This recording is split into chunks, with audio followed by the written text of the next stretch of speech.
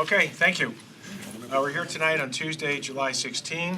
And we'll get going, call the meeting to order and get going with our issues this evening. The first matter is a public hearing. This is for Homeland Towers LLC and T-Mobile Northeast LLC, New Singular Wireless PCS LLC, and the Town of Newcastle. It's an application for a special permit, wetlands permit, tree removal permit, and stormwater pollution prevention plan for a wireless telecommunications services facility on Barnes Lane. Is there a motion to open the public hearing? So moved. Second? Second. All in favor? Aye.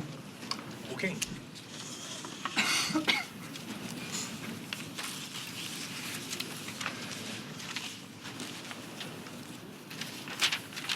Good evening, Mr. Chairman and members of the board. Robert Gaudioso on behalf of the law firm of Snyder & Snyder, on behalf of the applicants.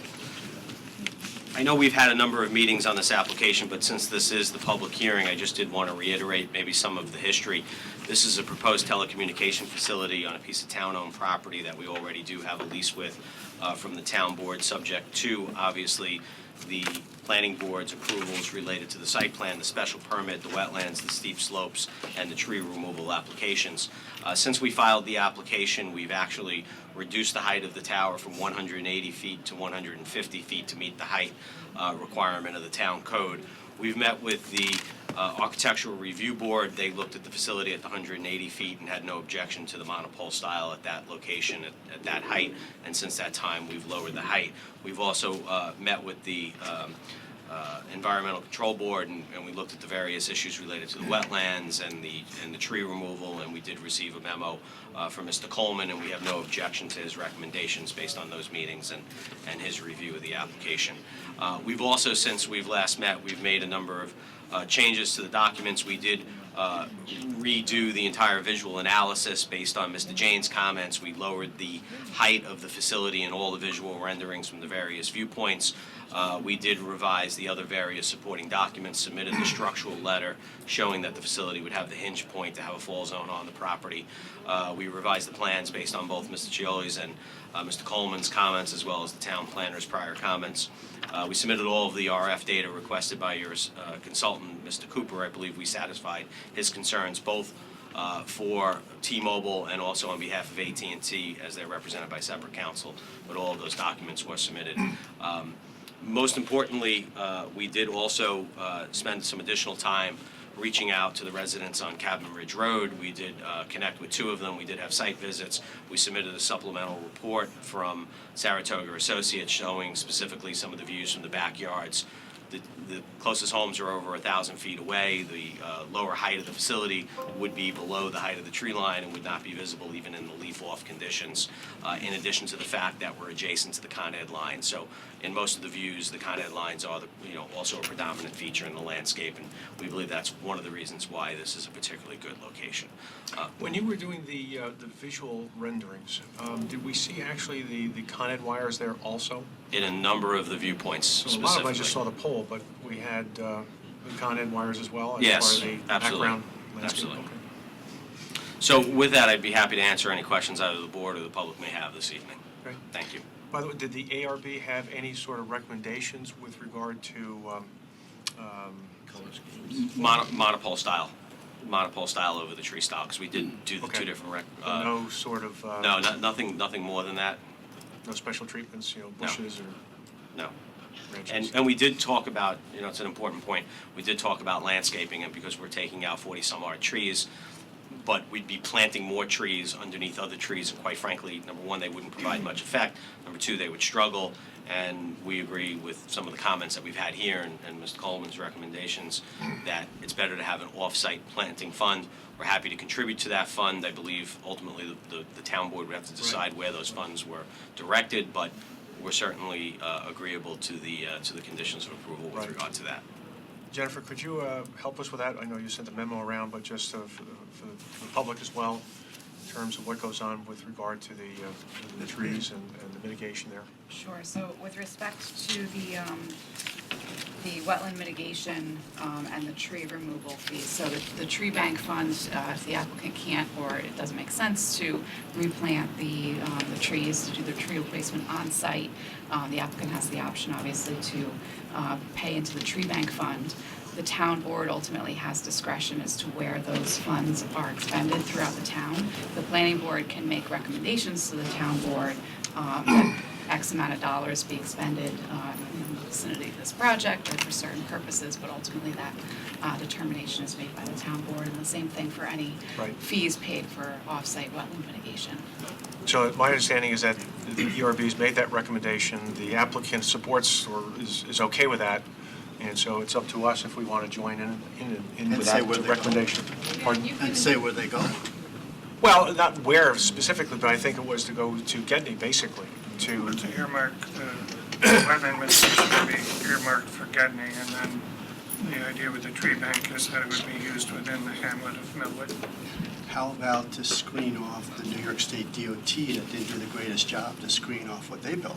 If we could get authorization, I think that would be a That'd be a good great idea. spot for some of those trees. but that's I DOT think- property? I think that your recommendations can follow through in the resolution of approval and/or a separate, including a separate memo to the town board if you have specific requests about where to utilize the funds. Okay, you know what I'm talking about, right? Oh, yeah. Steve, were bushes, and shrubs considered also as part of the restoration on site?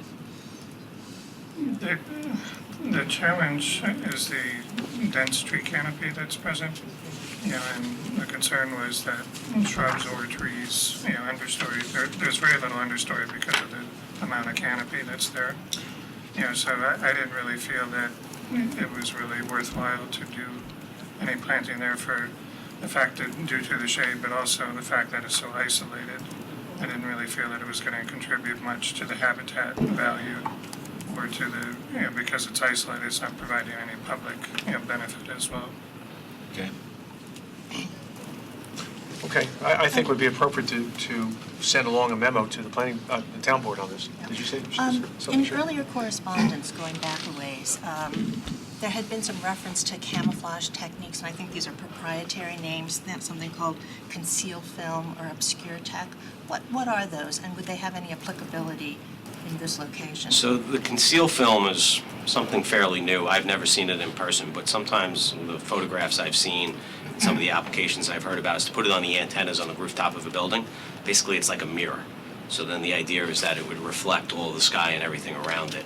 You wouldn't put that on a tower because it would end up peeling. It wouldn't adhere to the tower, to the cold galvanized steel. And if you put it on the antennas, it doesn't really serve any purpose on top of the tower. What we've seen in the past is go with a standard color. Try not to overthink it. Go with a galvanizing because that patina's well, or go with a dark brown. Anything beyond that starts to have issues with, it looks odd. Some people say make the top blue and the bottom brown. It never works. You never get the tree line right, depending on where their perspective is. So our experience has always been pick one color, make sure that the tower and the antennas are consistent with that color, because then that will blend in. And given this location, particularly with the Con Ed lines, we think that the gray color, the galvanized steel of the tower, that'll patina, and the gray matching color of any accessories on the tower is probably the best bet. Is that because it matches the color of the Con Ed stuff, or? So it matches the color Con Ed. In this particular case, Are you going to put Con Ed's logo on? I think your code, I think your code has a provision against that. But we would consider it if you really wanted it. No, we can't do that. Another wasted naming opportunity. Okay. Okay, Sabrina, I think you had a number of issues and concerns, and I think a lot of things have been addressed, but your memo suggested that there were still some things we needed to hear back from the applicant on. Right, there was, we had a discussion, most of my comments had been addressed.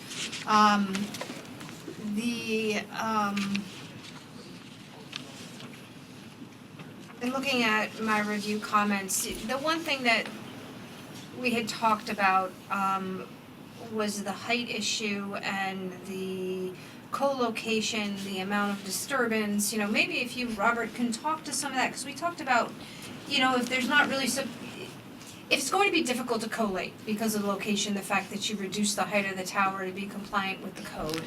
Is it necessary to plan for as many co-location sites Sure. on the ground and that disturbance? I think it's a great question, and we do believe that it would be a mistake not to plan for it, but maybe Mr. Vicente would like to say a few words, because he's really, has the experience in the industry, and I think he has the pulse of, what the other carriers are thinking about this particular site. Sure. Chairman, members of the board, Manny Vicente, President of Homeland Towers. So one of the things that's really important when we do this is planning. So there's 4 wireless carriers. It would be irresponsible of us and bad business, quite frankly, if we didn't plan for those 4 carriers. In this area of the country, with the zoning protections that exist, generally, when you build a tower, it fills up with the service providers that are licensed in the area. So we always plan for the 4 licensed carriers there. It's also very important that we plan for those carriers from a structural standpoint to make sure that the foundation is appropriate for those additional co-locations in the future. It's just good planning, and that we order the tower strong enough to accommodate that. If we didn't do that, it presents problems of co-location in the future for those carriers and could increase the proliferation of towers and the number of them. So it's just good planning to do that. In this particular case, because we did reduce the height, we are going to put additional capacity into the foundation, into the structure, just in case in the future one of the carriers needs additional height. They would have to come back to this board, of course, but we want to make sure that we're not building a deficient piece of infrastructure here. This is an important piece of infrastructure, and we want to make sure that it handles everything that it can, including public safety. We always make our towers available for local public safety use free of cost. And this is on municipal property, and I think it's in the lease that they have the rights to do that, including ground space. So we want to make sure that this facility handles all the potential commercial users and public safety, and that it's planned well to do that. And I think that it's just smart to do that. We don't want to have those type of problems down the road, whether it's 5 years, 10 years. So we think it's smart to plan this way, and we're happy that we can reduce the height of the tower in this particular situation to meet the code and to reduce visibility, but I think it's smart to plan for the future. So Sabrina, were your concerns the footprint for the tower or the accessory buildings and the other additional pads? The additional pads, it was about the total amount of disturbance, particularly given the steep grade Right. adjacent to where the current area of disturbance is, and if there was a way to pull that back to reduce the number of trees being cut and that grade change and trying to get further away. Might that be something, since it's going to be accessible through the road and town, et cetera, might it be something that we pull back and obviously do the footings, whatever you need for the tower, and for the first carrier or 2 who's going to be there, but perhaps pull it back a little bit and don't build out for all 4 at this point, and do that at a subsequent time? Well, I think from a construction standpoint and from a planning standpoint, it's smart to do that now, and we have a commitment to the town to make space for them as well. So I think not having a plan for a full compound that handles everything that we know could possibly happen in the next several years, I don't see where that benefit or the benefit of doing that would be outweighed by the additional work and, quite frankly, the poor planning of it in this particular instance. Also, given the remote location, as Mr. Coleman described, and the fact that for the disturbance that will be conducted, that will make payments to the town to be able to make improvements that I think quite frankly do outweigh the impacts that we're creating here on other properties that were mentioned. When you come back to put 30 feet on top of the pole, how much work gets disturbed to do that? Nothing. So the Just point. one crane comes in and just cherry picks it around town? Yeah, so the way the whole compound is designed, because obviously Homeland Towers has a lot of experience with this, they lay everything out almost like a jigsaw puzzle. So the tower foundation goes in, the tower gets stacked, the equipment pads, all of the electricity for all of the carriers and emergency service comes in, so all the conduits are put in once. so that you're not having those same construction impacts multiple times. If the tower ever did need to be raised, it's just a matter of adding an extension, as long as the foundation of the tower is designed properly. Yeah, that makes perfect sense. Yeah, so that's the point, and then the whole fence compound, if you have to dig that up again and expand the compound, with it's more the than li- double the work. With the limited height, how many carriers can you get on? So we definitely have two, so we definitely have AT&T and T-Mobile. And Now- you need to do the addition to No, get not the other two? necessarily. Not Not necessarily. Not So necessarily? we'll build below those two carriers slots for the other carriers to co-locate. If you make it difficult for them to co-locate on this tower by having to come for additional environmental approvals because that new space will be within the wetland buffer or additional trees will have to come down, they start looking at it as, well, if we have to do that, maybe we should look for our own site or another tower. And then you get into those unnecessary battles. Whereas if you design the site for all four co-locators at once and you make it plug and play for them in the future, you drastically increase the probability that they will all co-locate on this structure, which is in a good location, on town-owned property, remote from other uses, adjacent to the Con Ed line. So that's why, as Mr. Vicente mentioned, it's just good planning in this case. And I think that some of the things that were done, and I know we did a lot of analysis of looking at it, and Mr. Coleman did a lot of analysis, I think what we're offsetting is really a positive. It's a net for the town with respect to the two funds that we're willing to contribute to. Yeah, and I will also add that we're planning that potentially could be extended. It may never need to be, but we need to make sure You have that to we... assume also, though, if you're going to put the infrastructure costs in, you have an urgency to fill it. Right, So I right. think if you build it, they will come. Exactly. So let's, let's look, I understand. And the other thing is, we had two other applications in this town in front of this board where we did exactly the same thing, and I believe it was successful. We did one over on Hogues Cross Road that now has 3 carriers on it, and we did one in Armonk off 128 that has 3 carriers on it. So I think it's consistent with past practices in this town with this board, and I think it's smart. What's the separation again between the carriers on the poles? Generally about 10 feet. 10 feet. So the lowest one would be what, around 110, 120, something like that?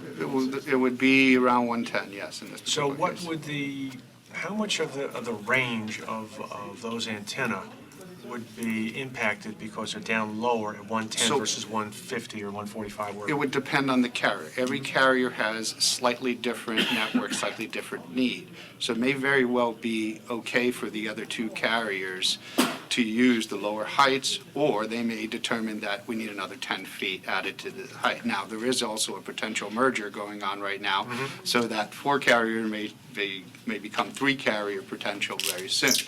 But I think it's still smart for the structural integrity, for co-location, for modifications in the future, et cetera, that we build a piece of infrastructure that facilitates the needs in the future. It's like we said, good planning. Okay. Well, you just raised a question. If there is a merger that goes through, how fast will that merger take? 6 months, a year, never?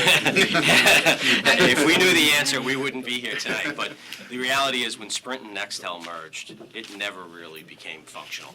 It never, they never really combined the networks, and ultimately they dismantled most of the Nextel sites. Then you have the Department of Justice's comments. They want 4 carriers, so they're pushing for Dish or another company to come in and replace that. So, Okay. I have another question for Steve. Given the terrain, this is kind of an unusual, to me, wetland setback zone. I mean, it's sort of like up the hill, as opposed to most wetland setbacks are relatively flat. There's a grade, of course, always. Does the steep terrain here make the wetland setback less valuable? Or is there enough tree canopy and tree cover that this disturbance on the top won't be a problem? I think it's primarily because it's a pretty well-established second growth, forest. So there's a pretty dense canopy and I think because of the stability of it, it really doesn't really warrant trying to add more plantings in that area. Because I think you'd almost have to remove more trees to plant new trees. Well, sure, I understand that part. The reason I was thinking about brush is is relative to the steep slopes and erosion control. Yeah, I'm not too concerned because of where the pad is going, it's in a pretty flat area. Yeah, And so the disturbance is really confined to, more of the lower section of that sloped Do you area. have a plan? Yeah, so I don't think they're really gonna be disturbing the side slopes for the Okay. Level Creek extension. okay, well then, so if they're not gonna be disturbance there, then that's a reason for us to consider that this intrusion into the 100-foot wetland setback Yeah. is unusual and therefore not that debilitating, and that, so that we're not setting an example for the rest of the, applications we get in our. That's a good point, and one of the things, if you may recall, with the guidance of the town staff, we had originally picked out one location. With their guidance, we relocated it because of a vernal pool on the property, and that was a big discussion we had as far as alternatives. So that's something we've been cognizant of Good. throughout the process. Yep, okay. Sabrina, is there anything else you want to? I don't think so. I know that I've gotten a lot of calls from the Cabin Ridge neighbors. Robert, do you want to talk about some of the extra lengths you went to for that neighborhood to document the Right, I think we have views some and- letters in We our got some letters, there's correspondences. still a lot of concern from some of those neighbors, even though, the analysis that was submitted shows that you can't see it in many cases, and it was, so, Yeah, we go went, ahead, Robert. we did, at the board's direction, we did send out a mailing to the neighbors on that property. I guess that's really the third mailing, because if you remember when we originally filed the application, we sent the mailing out for the wetlands application that's required by the town. There was a mailing for the public hearing. We also sent out an additional mailing.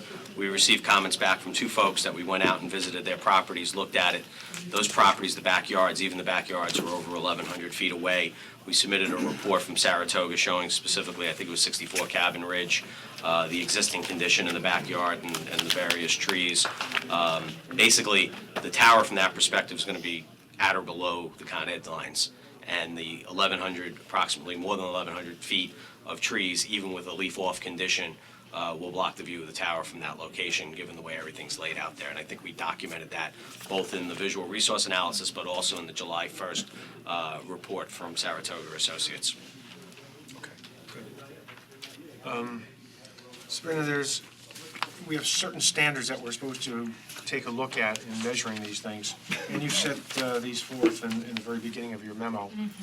In your opinion, does the applicant satisfy these I five think- standards? Yeah, I think the applicant does satisfy the 5 standards. In both the radio frequency consultant and our visual resource consultant, have verified that Right. in those areas that were a little bit gray, there was some concern. I'm not sure if you guys had an opportunity to review George Janes's review of the visual. He did raise some questions. He said that all of his questions had been addressed, but there were some inconsistencies in the information that he pointed out for your benefit, and whether or not you have any issue with the way that the Right. photos were taken. I think one of those was also that the visual area was limited to 1 mile, it should have been Correct. 2 miles, that's what our Correct. code provides, but he seemed to indicate he really didn't think that there would be a material change. or Correct, material correct, impact. but he wanted to point that Right, out to make sure you right. guys were comfortable with that. And we also, he did point out the fact that the view shed map was slightly different from the time we revised it. And we did check with Saratoga Associates. Basically, the second view shed map they did, they used a higher resolution. So that's why there were some minor inconsequential changes, as he pointed out. But that was he asked for an explanation because they used a higher resolution in the actual mapping program. And he alluded to other alternatives besides just lowering the tower down to 150, but I think we've covered that in terms of the camouflage strategies that might be out there Correct. and available. Okay. Was there anything else that we missed in that memo? I think those were the main issues Correct. that he raised. Correct, Bob, and I you- thought it would be good to put it up on the screen for the public. so Ah, they can yes. see. Agreed. Thank you. Thank you. Thank you. Bob, you had some comments? Yes, basically, 2 comments with the stormwater. Obviously, this is a commercial development, and it's going to require a maintenance agreement and access easement agreement for the stormwater facilities. A maintenance bond, in addition to that, it requires a performance bond to cover all the costs for the Right. stormwater facilities. I have a couple of general comments. I reviewed the engineer's estimate. I think I'd like to discuss how we came up with some of his unit costs. They seem a little bit low for G1. G2, once I discuss with the engineer the estimates, I'll submit a revised estimate in Excel format so I can go through it and revise it and edit it myself and then send it back to you as approved. And G3 is just a minor technical issue for the application, which they should fill out. Probably won't fill it out, probably until they get their contract. Yep, And that's okay, it. good. Steve, you had comments, I think we covered them, but did you want to highlight anything that we've missed? Sure, I Might have just highlighted for the board the recommended agreements and the amounts between the applicant and Right. the environmental board, and with the wetland mitigation based on the formula that we've used for other projects. It amounts to a $7,500 cash contribution to the town. And instead of earmarking it for a specific project, we recommended that it go to the recreation department, and then the department with, consultation with the environmental coordinator can Right. assist with what type of project it would be applied for. So if we're so disposed, we could make that recommendation, also join in it if that's what we feel. For example, one of the needs is they're looking at the need to install another aerator, within the pond, so that could be a potential, use of the funds. And Steve, could you, the comment I had before that, what makes this wetland not as good as others, if you could outline some things for us for the future so that we would have that codified in your report and everything. We can do that. Yeah, distinguish this one from what we usually see. And that language could be incorporated into the resolution as well. Yes, good idea. Thank you. Thanks. Yep, good. Okay, are there any comments from the Just for public? the tree bank, just to reiterate, they're making a contribution of $18,630 to the tree bank fund. Right, right. Okay, thank you. Any comments from the public on this application? Questions, public, questions or comments? Okay, not seeing any. Is there a motion to close the public hearing? So moved. Second? Second. All in favor? Aye. Next steps, Jennifer? So next step would be for the board, if you're satisfied with the information that you have in front of you, to direct staff to prepare a secret negative declaration and also direct a draft resolution of approval for your next meeting. Okay. Are we so inclined to do so? Yes. Second? Second? All in favor? Aye. Okay. Thank you very much for your time this evening. September, October, whatever. September, please. We will do our best. As you can see, we're without. You're short without formal Janice, so I don't secretary. know how you're operating. We will do our best to get Also it done memory. as soon as possible. And I do want to thank the board and the staff for all your professionalism and responsiveness. We're not always able to say that, so thank you all. To us or others? Just want to make sure. Have a good night. Thanks. Did you take your drive? Yes. Yes, thank you. Adam, how are you?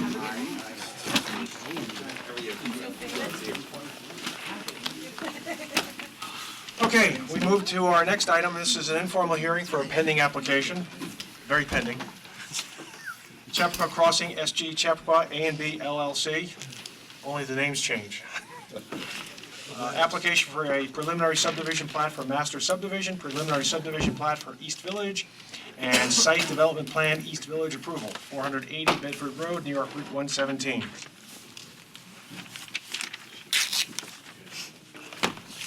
Good evening, Mr. Chairman, members of the board. My name is Mark Weingarten. I'm a partner in the law firm of Del Bello, Donnellon, Weingarten, Wise, and Wiedeker. It's my pleasure to be here this evening representing SG Chappaqua A&B LLC and its contract vendee Toll Brothers, Inc., in connection with the mixed-use project known as Chappaqua Crossing, and specifically the subdivisions and site plan, which are taking shape in the final phase of what we call in this project the East Village. The application dates back to September of 2017. A series of 8 separate submissions and responses have followed, during which time there were a series of meetings and communications between the applicant and its professionals, and the town staff, its professionals, individual members of your board. We most recently appeared before your board on April 16 and June 4th.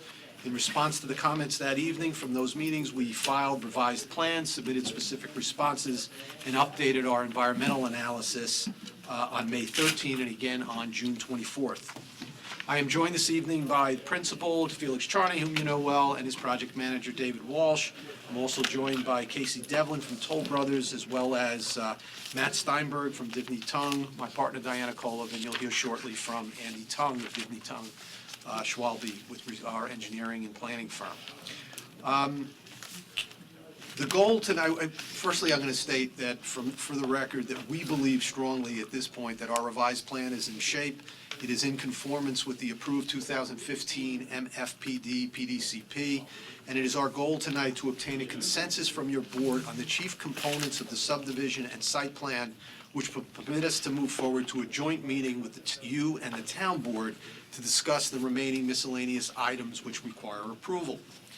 I have also prepared, at your request last week, in a related matter, a status of the summarizing the outstanding conditions of approval, which was requested by your board when we were dealing with the retail component of the project. My question is, I'm ready to turn it over to Andy on the specific issues of the subdivision and site plan that are before you tonight. If you'd like me to go through the approval conditions that you requested for me to do it now, I'm happy to summarize it now, or we can wait until the end and do it then, whatever your pleasure.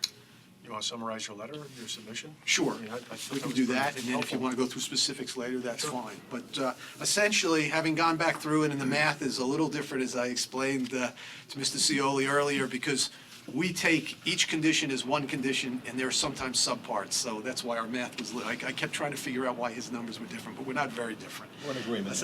We're in agreement now. Essentially, there are 104 planning board improvement conditions which generate from the December 16, 2015 retail site development plan approval, the December 6, 2016 amended retail site development plan approval resolution, and the further amended retail site development plan approval resolution dated April 17, 2018. Of those 104 conditions, 73 were satisfied prior to the creation of a matrix by the town of the remaining conditions for us to go through. So I want to point out at the start that 73 have already been satisfied. Of the remaining conditions which were developed and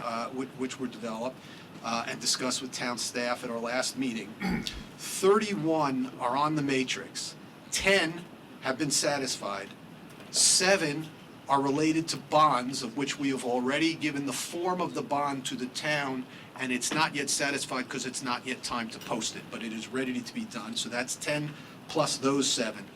There are an additional 3, which are New York State DOT completion-related paperwork, which we cannot complete until the intersection improvements are done. So that's, again, those are 3 that are not ripe for completion. They're things like as-built and other things having to do with the permits, and they will be started as soon as the construction is done. We are still hopeful that that construction will be finished by the end of the month. We have raised the road, which is the bulk of the work, the 18 inches that needs to be done. There is still an issue with Con Edison that is outstanding. There is a meeting tomorrow morning with Con Edison and New York State DOT. We have a verbal from Con Ed. We believe we will be able to resolve it in writing tomorrow, and if we do that, we will be able to finish by the end of the month. So that is what we are hopeful on, and then we can go to those other 3 conditions. There are also 3 other conditions which are as-built drawings, which we cannot conclude until the project is finished. So that leaves 9 conditions. There are 9 conditions which are not yet done. Each of them are in progress. They are in states of being finished. Some of them sit with the town, and we are waiting for a response on a few of those items, on things that we've submitted and we're waiting to finish out. And the rest of them are sitting there, and we can go through them one by one if you like. There's only 9 of them, but it's up to you. But it's really not as much as it sounded last week. We think we are making good progress. The only one that has not yet been started in any form is the sewer district, which we were working on this week, and we expect to file that petition, or at least show it to council this week, by the end of this week, and be able to get that started as well. That's the only one that Will has there not. be a separate sewer district for the East Village versus the retail, or are you setting up one sewer district? I gotta be honest, I don't know. I'd have to ask Janet the answer to that question. I haven't been involved in it. I asked her about the status of it this morning, and she said we expect to have it in draft form to go out to council this week, but I haven't looked at it. What we normally do in something I like this? would believe it would be 1. One for the entire area? Yeah, Okay. they're too small to make them into. Yeah. It'd It's cover the whole, probably it right. would Covers the whole cover the whole property. property. I don't want to say something Just that I don't have a proposed to be fact, subdivided into separate Right, properties, but okay. it makes sense. I don't have the facts either, it's just an opinion. I would agree with you that that's the more likely way that we More handle it. likely. So that is the status of the conditions. We can give you any other information you want as to specific conditions, but that's where we are. Okay. Okay? I think we're okay. I mean, Okay. we'll deal with the 9 at the staff level. And Well, and a few others that yes. we all have comments. Well, you have your own. We're just talking about the approval conditions, is what Right. you asked us about last week. I'm the one who keeps track of the Matrix. enviable task to check all these items off, and he's pretty on mark. Pretty, I would that's say- closer than last, that's better than he said last week. I would say That's one probably thing, an A though. minus or I would something say like one that. thing with the as-bills, I know we Right. discussed it with Jerry and Bart. There's going to be an enormous amount of information on there to check and review. I would highly recommend that you get at least progress prints, even if they're 75, 80% complete, because it might take a few weeks just to review them alone. David, you want to? Yeah, Come up with David the Walsh, mic. Summit Development. So, as I spoke to you last week, Control Point was supposed to have them to us yesterday. He had called me yesterday. He needs until this Thursday to finish up, so he's going to have them completed 100%. So I'd rather wait for the 100% drawings to be completed and then submit them. That's mainly for Jerry, Commissioner, and I to look at. Yeah. It takes time. But please keep in mind, when you do submit them, because of the level of detail on them, we need to have them for a bit to be able to give them adequate Absolutely. attention. So as long as you're So cognizant of that. maybe what I'll do, I mean, our original plan was to submit them to Dibney Tongue first to take a look at, but if we could just submit them Let them look at simultaneously, it I'll first. give them to both. You have to sign off on majority of the Right. stormwater. Yep. And all the retaining walls or whatever. Let them look at it first. They might have comments as well. Once they clean it up, then give it to us. We look at it. No problem. I have an addition to my opinion. Given that you're going to have 4 different uses, please don't forget to have like 4 master meters for the water use, auxiliary lease, and I don't know what the condition of, or the efficacy is of sewage monitoring right now, but if there's a pump station involved, it's easy. You pump it up and you can record it off that. But something has to be done so there isn't a lot of internecine arguments if only one master meter is. Well, I see Andy shaking his head, so Okay. you'll be able to ask him if you need that. Okay. So that, I mean, in sum, we're working hard, and we're getting closer to being completed, and we turn to the East Village tonight, and we're trying to make some progress on that so we can move along, because as you know, the subdivision, what we're trying to do is freeze the subdivision, get that done so we can start on the master subdivision and start going through that. There are a series of cleanup items that will need to take place with the town board, which we're hoping to get to that step, but until we have kind of the components and the general consensus on the East Village, we can't get to that. So that's what we're seeking in the joint meeting, so we're hoping to get there. Right. And hopefully we'll have answered you had 4 questions last time. and Are you any we'll go through- closer on the auditorium lines yet and what that's I going to look think, like? we have our proposal, I shouldn't say that. We've accepted the alternative proposal that was put forth by your boards, particularly this board as well, and we have accepted it. So, and it's in the submission that we made to you this time, and provided that you take yes for an answer, I think we're there. I think the issue is really with the town board and responding to the town board's letter of April that they were still waiting for a response for, because it had a whole bunch of details in addition to There the were boundary. 8 comments. That has to do with money. And that's a town board issue, that's not a planning board issue. Unfortunately, the town board is at a point where they can agree with that boundary until they have response on those 8 items. Okay.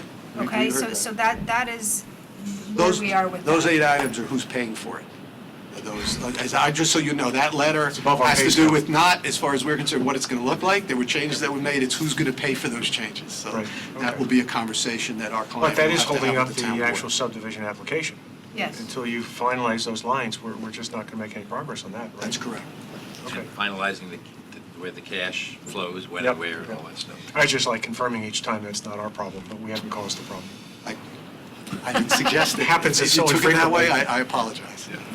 Okay, so I'm going to turn it over to Andy, who will go through the site plan and subdivision comments. Thank you.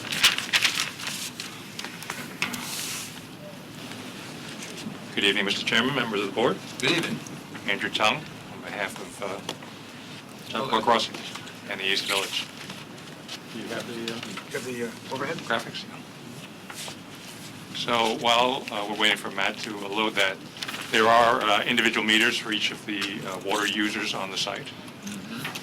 So there'll be no problem tracking who uses what amount of water. Water's easy. And there is generally no reason to monitor the sewer flows.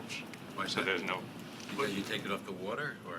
no, because you pay into the district and you get to use the sewer system.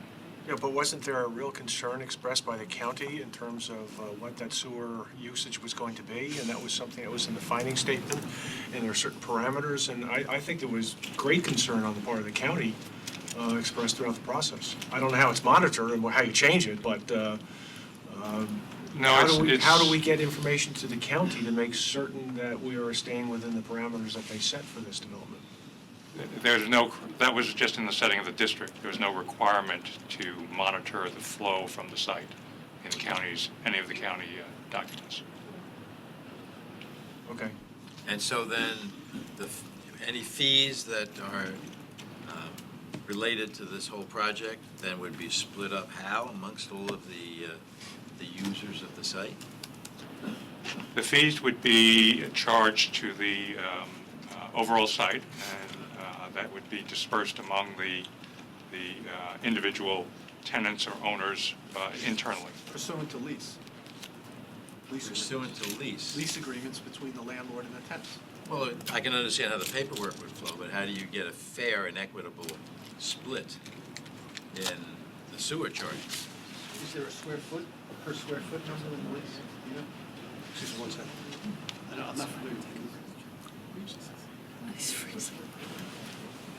Sabrina, how do we, the concern that the county expressed, how is that, I mean, they made statements, and they gave us certain And they- parameters, we want to make sure that we stayed within those, and that was the plan. So what happens if for some reason, we have a problem? And the county says, I don't know if this happens or can happen. I don't know if they can. I Yeah, mean, once they hook up and set. Once the district is set, Mhm. in order to approve the district, the county requires an estimate of flow, and it's Right. an estimate based on the development, that's there, plus any future that's being talked about. They set the flow as part of whether or not they're going to approve the district. Right. Quid pro quo for the INI? Yes, That's what they have to do. they had, the applicant's requirements from the county were to institute I&I measures, inflow and infiltration, to balance the sewer connections. That was one of the conditions they put in condition number 41, where they spent an enormous amount of time and effort doing the TV inspections, reports by 7 engineers to the satisfaction of the commissioner to see if he needed or required any type of I&I flows, and that report is pretty much complete. Yeah. Jerry Marshall has to look at it, sign off on it, and say he's good with it. So that was one of the conditions the county put in there in the resolution to make certain and safeguard any type of flows. But like Sabrina and Andy said, they just want to know what the flows are, and if the flows increase after the fact, That's the way it goes. there's no Right, provisions coming into the for that. district, the county assigns this district capital expenditures for the county's sewer system. Yep. And however they put together that cost of those capital expenditures, and it's up to the site to distribute the Correct, and cost we- of those. and we The have- town has really no control over that. Well, I wasn't concerned about the cost so No, much as. I understand, but- as- Yeah, but the it's- flow, the flow, Yeah, Yeah, they submit a flow based on the Have a DEC goal. requirements, they submit it to the county, they review it and approve it, and that's it. And were you Flow asking about increases. the cost is appropriated through, there's provisions for CAM and taxes, the sewer comes in through the taxes, and they all pay their fair share of, there's an apportioned number that comes out of their leases that they pay as far as the sewer is concerned, sewer taxes. Same thing would be for capital improvements, if there are any, if there are apportionments. All right. And the town's gonna do the same thing when we develop our sewer district. We're gonna charge O&M on the water and the sewer. right, okay. Like for Yeah, them, I mean, it if just- there's any repairs the town has to make in the future, as far as DPW. Okay, so you have some sort of plan. I don't understand it, with okay, sure. You have a lease, there's a certain amount of money you're gonna pay, thank you very much. But in these days where you have drive-by meter readings and everything, you can get a lot of data, and you can then send out a bill that captures all of the water use, and then perhaps put a multiplier on that for Sewer, water, and electric are all separately metered. Each of the tenant spaces and the various Mark, office not buildings. sewer. I apologize. Water Water, and electric. gas, and electric are all separately metered. I apologize. So each unit in the HOA will be in this, will be assessed according to their actual usage. Okay. Well, water, but not sewage, I'm not sure. Water, gas, electric. Sewer is done based on the property tax bills. And so that's Based on based this- on number of bathrooms in part, or something like that? Square footage. Okay. I see the trail. It's only 100 years old, so I guess I can live with it. Okay. Sorry about that. It's okay. That's okay. We all learn together. Yes. So we had a series of submissions and studies done to respond to some of the questions that came up at last month's meeting. The first one was with regard to the school bus stops through the site. We need a door shut. We can't shut the door. What? Can we shut one? We can shut one. That's what you told us last time. Now, you can do You can yell at him, Felix. One door's got to stay open, and one Absolutely. door can be closed. Be nice, though. Should vote.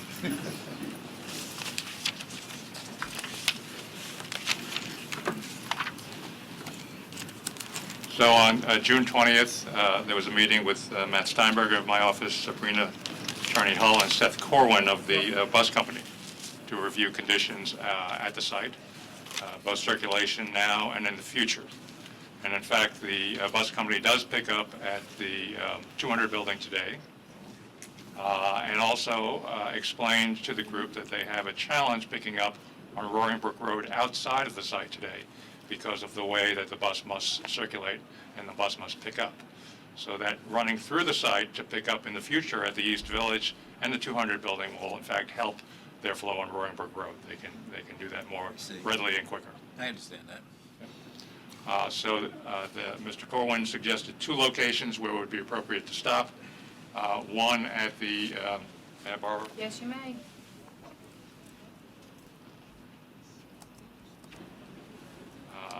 one location here, so the school bus would enter the site at the east entry, stop here, proceed to the 200 building, come back around, and then also be able to stop here at the back side, the second connection between Road A and the Loop Road. Go down and out, and then be able to swing around back to pick up along Roaring Brook Road. And that would help them because right now, I think they have to go down Roaring Brook Road and then turn around somewhere and come back, and it's not very, Understood? very good. The only issue they have there, though, is you're going to be making that left-hand turn to come back up Roaring Brook, presumably in high-traffic area times. I don't know how that's going to work. Well, it's got it's got the X in the box, so no parking, no stopping in the box, so. It's got heavy traffic. I It's understand. their call, I Heavy guess. traffic, it's It's heavy their call. traffic. It's heavy traffic today, and they make a Yep. U-turn somewhere, I Yep. believe. to- Exactly, it is only improving what they do today.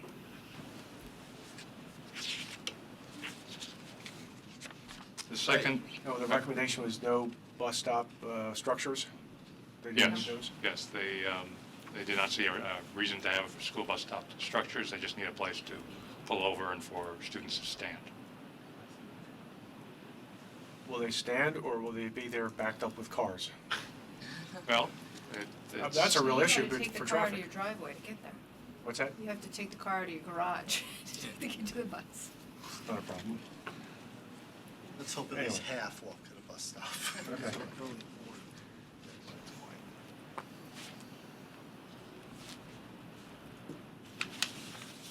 The second item related to the guest house. Questions were raised as to potential for salvaging materials that could be repurposed that had of some historic value at the guest house. And the applicant is willing to do that. Well, I'm not quite sure that's the fully framed issue. The fully framed issue, I think, is something what we receive now in response to this long process from the Historical Society. I'm not quite sure that's the response that they're looking for. This will be a town board, I think, issue for them to decide because it's part of their finding statement. But the finding statement said that you were not going to take down the structure. Now we have a change and the structure is being taken down. You know, we heard about the structural analysis, et cetera, but this is a change from what the town board looked at and what their finding statements reflect. So I think they have to address this with some recommendation from us, I guess. but I'm not so sure that structural analysis is sufficient and will meet the mark here.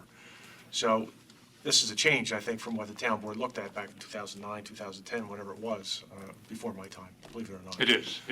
And So we need to, that's not to say, I don't think this board is uncomfortable with what we decided before based on your application and change. But the documentation, I think, might be something, we've done photo documentation, other kinds of documentation besides just taking a couple of parts out saying this is really There was old. correspondence from Gray Williams. Right. Suggested a historical structure study. I assume that some additional information in that vein would go far toward getting a resolution of this issue and amending the finding statement as necessary. So it's something that the applicant might consider between now and that joint meeting. And we recognize that we had to go through a similar process with OPRHP for the Bedford Valley House, and in fact, the three houses on Roaring Brook Road that were removed because they were all over 50 years old. So that we are proceeding with that study, a similar study that would, we can certainly share that with this board, would go to OPRHP for its review and hopefully a determination that it would be appropriate under Right. certain circumstances to replace the building. Right, and I think you should really coordinate with the Historical Society, too. We can do that. Yeah, and I'd like to change the comment. You said the guest house, the planning board was in support of demolishing the guest house, given the applicant's expert report.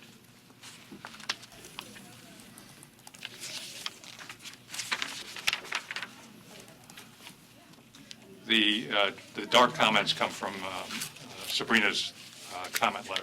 So we just, Excellent, Sabrina. Could you change that, please? we can add that. So in all cases, the darker comments are from the memo summarizing the Right. June meeting, and our response is below. In terms of the additional bedrooms, or the request for additional bedrooms, the applicant is agreeable to deed restriction and HOA regulation against preserving the bedroom count as approved. That's both acceptable, both measures are acceptable to I the think there was a mention of the bathrooms as well. Yes. There was no response in your letter to that. I'm sorry, we can also add the bathrooms to that. And We, Casey Devlin with Toll Brothers, we were okay restricting the bedrooms, but we didn't see a need to restrict the number of bathrooms. why? We just don't understand why there would be a restriction on bathrooms. Well, because they go with bedrooms. Well, the bedrooms would be restricted. They'd be restricted in the offering plan, and they'd be But you could also restricted in the deed. change the number of bathrooms, then you're changing some other things within the way we calculate things.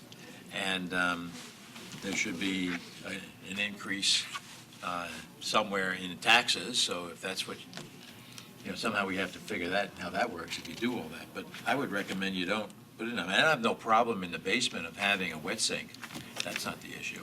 Or in the basement having a sink, for the washing machines and everything.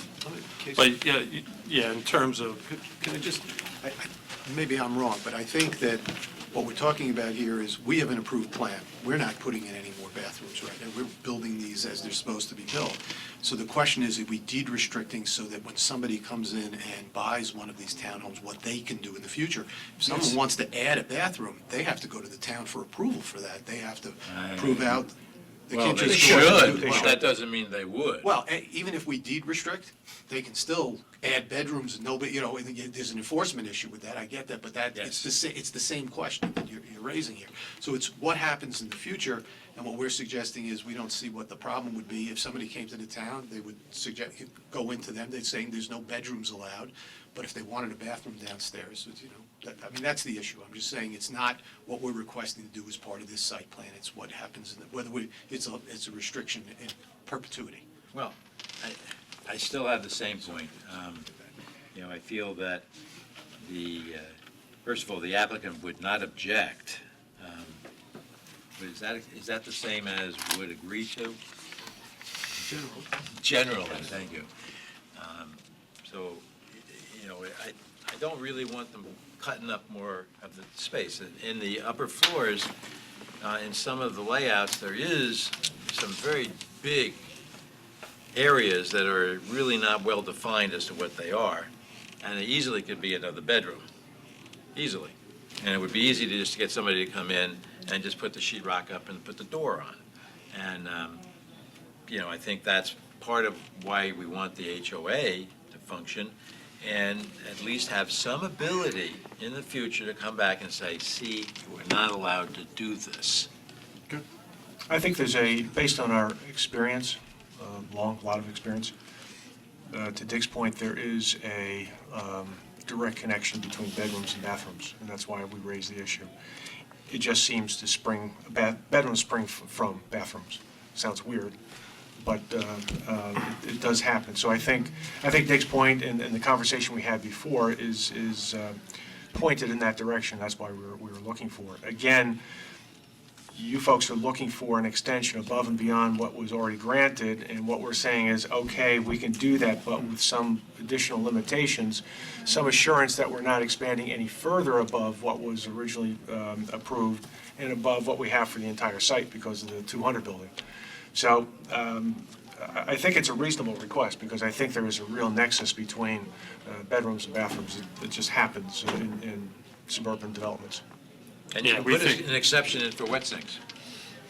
Yeah, it's not a bathroom, so I mean, that's fine. Right. It could be used. But, you know, bathrooms are a matter of convenience. People, if they choose to finish a basement, and they may choose to Right. do a bathroom in the basement. Well, I think, that, again, to your point, they have to come back to the town on that anyway to get an exception, and then, But if they on finish the the board's opinion, basement, what restriction on the bathrooms? Is there a max number of bathrooms in mind? yeah, the max is what's in the design plan. Those are just sample floor plans, and, you Good, know, when you have a final, you know, for each building, then that'll become the number.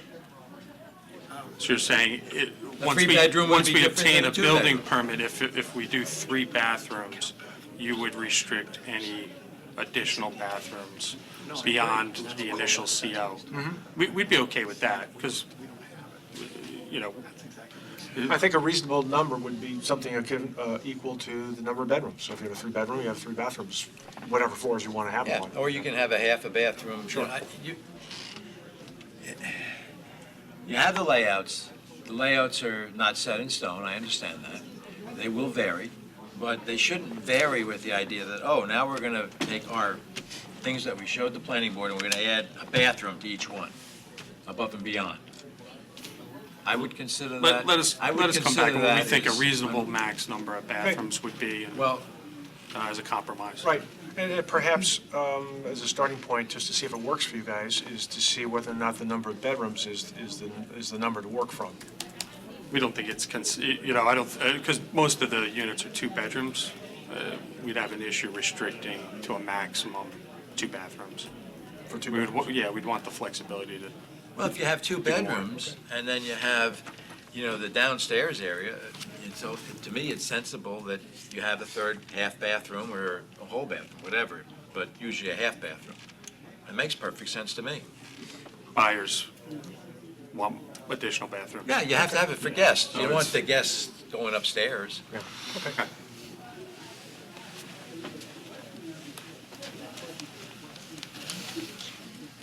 Seem to be talking about sewage and bathrooms tonight. This is, Well, you know, these are important let's things. try to elevate it, Andy, come on. Help We're us going to here. move to the garage right now. I'm content, though. I'm happy. I know. It's his bailiwick. I have a master's in this. I haven't used it in years. Probably using it wrong now, but anyway.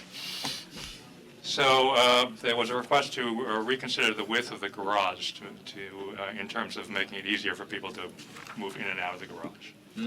And so what we've proposed is to widen the garage to 21 feet from 19 and 20 feet as previously proposed. And the next 2 exhibits in your package show both the finished plan and the red line plan, if you will. I think what you've done is, that's a great idea to move the extra foot. I measured my garage, and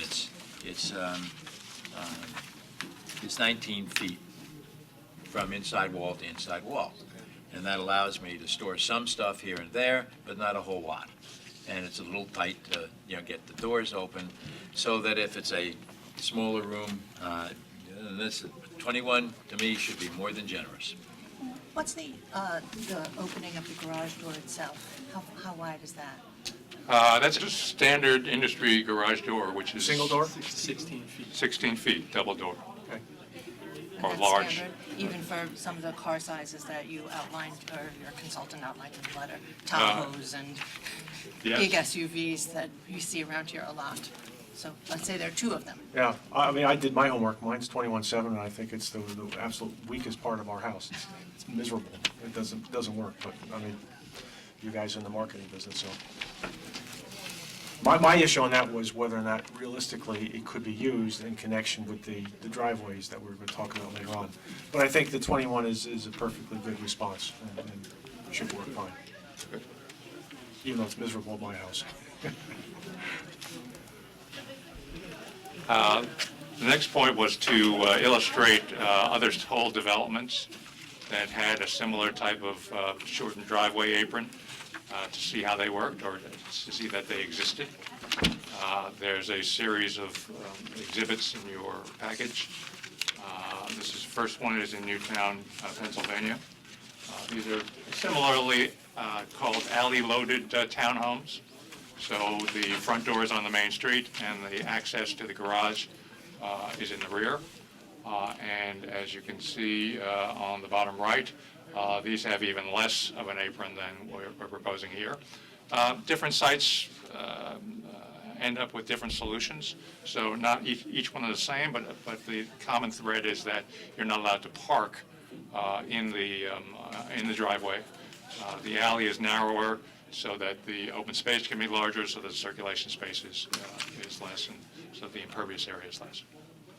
What are the garage door openings in that kind of layout with the alley loaded? I'm sorry? Because of the way you have to, orient your car to get in with the shorter aprons, do they have larger garage door openings? No. It's still the same? 16-foot standard. 16-foot standard? Yes. Okay. One observation is noteworthy. I know you defined, we have an expanded view here of the northeast from Virginia to Pennsylvania, et cetera, but I think it's noteworthy that we don't see any examples from our immediate area with all the developments that you guys have in this area. Why haven't we seen anything from your other Westchester, Fairfield County developments?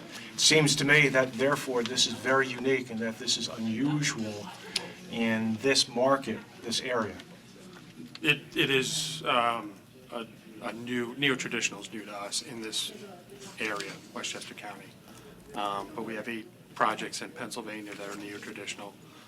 We have other projects across the country. The dimensions of the alleys, the dimensions of the driveways are, in some cases, not as generous. The plan is consistent with the other projects we've done.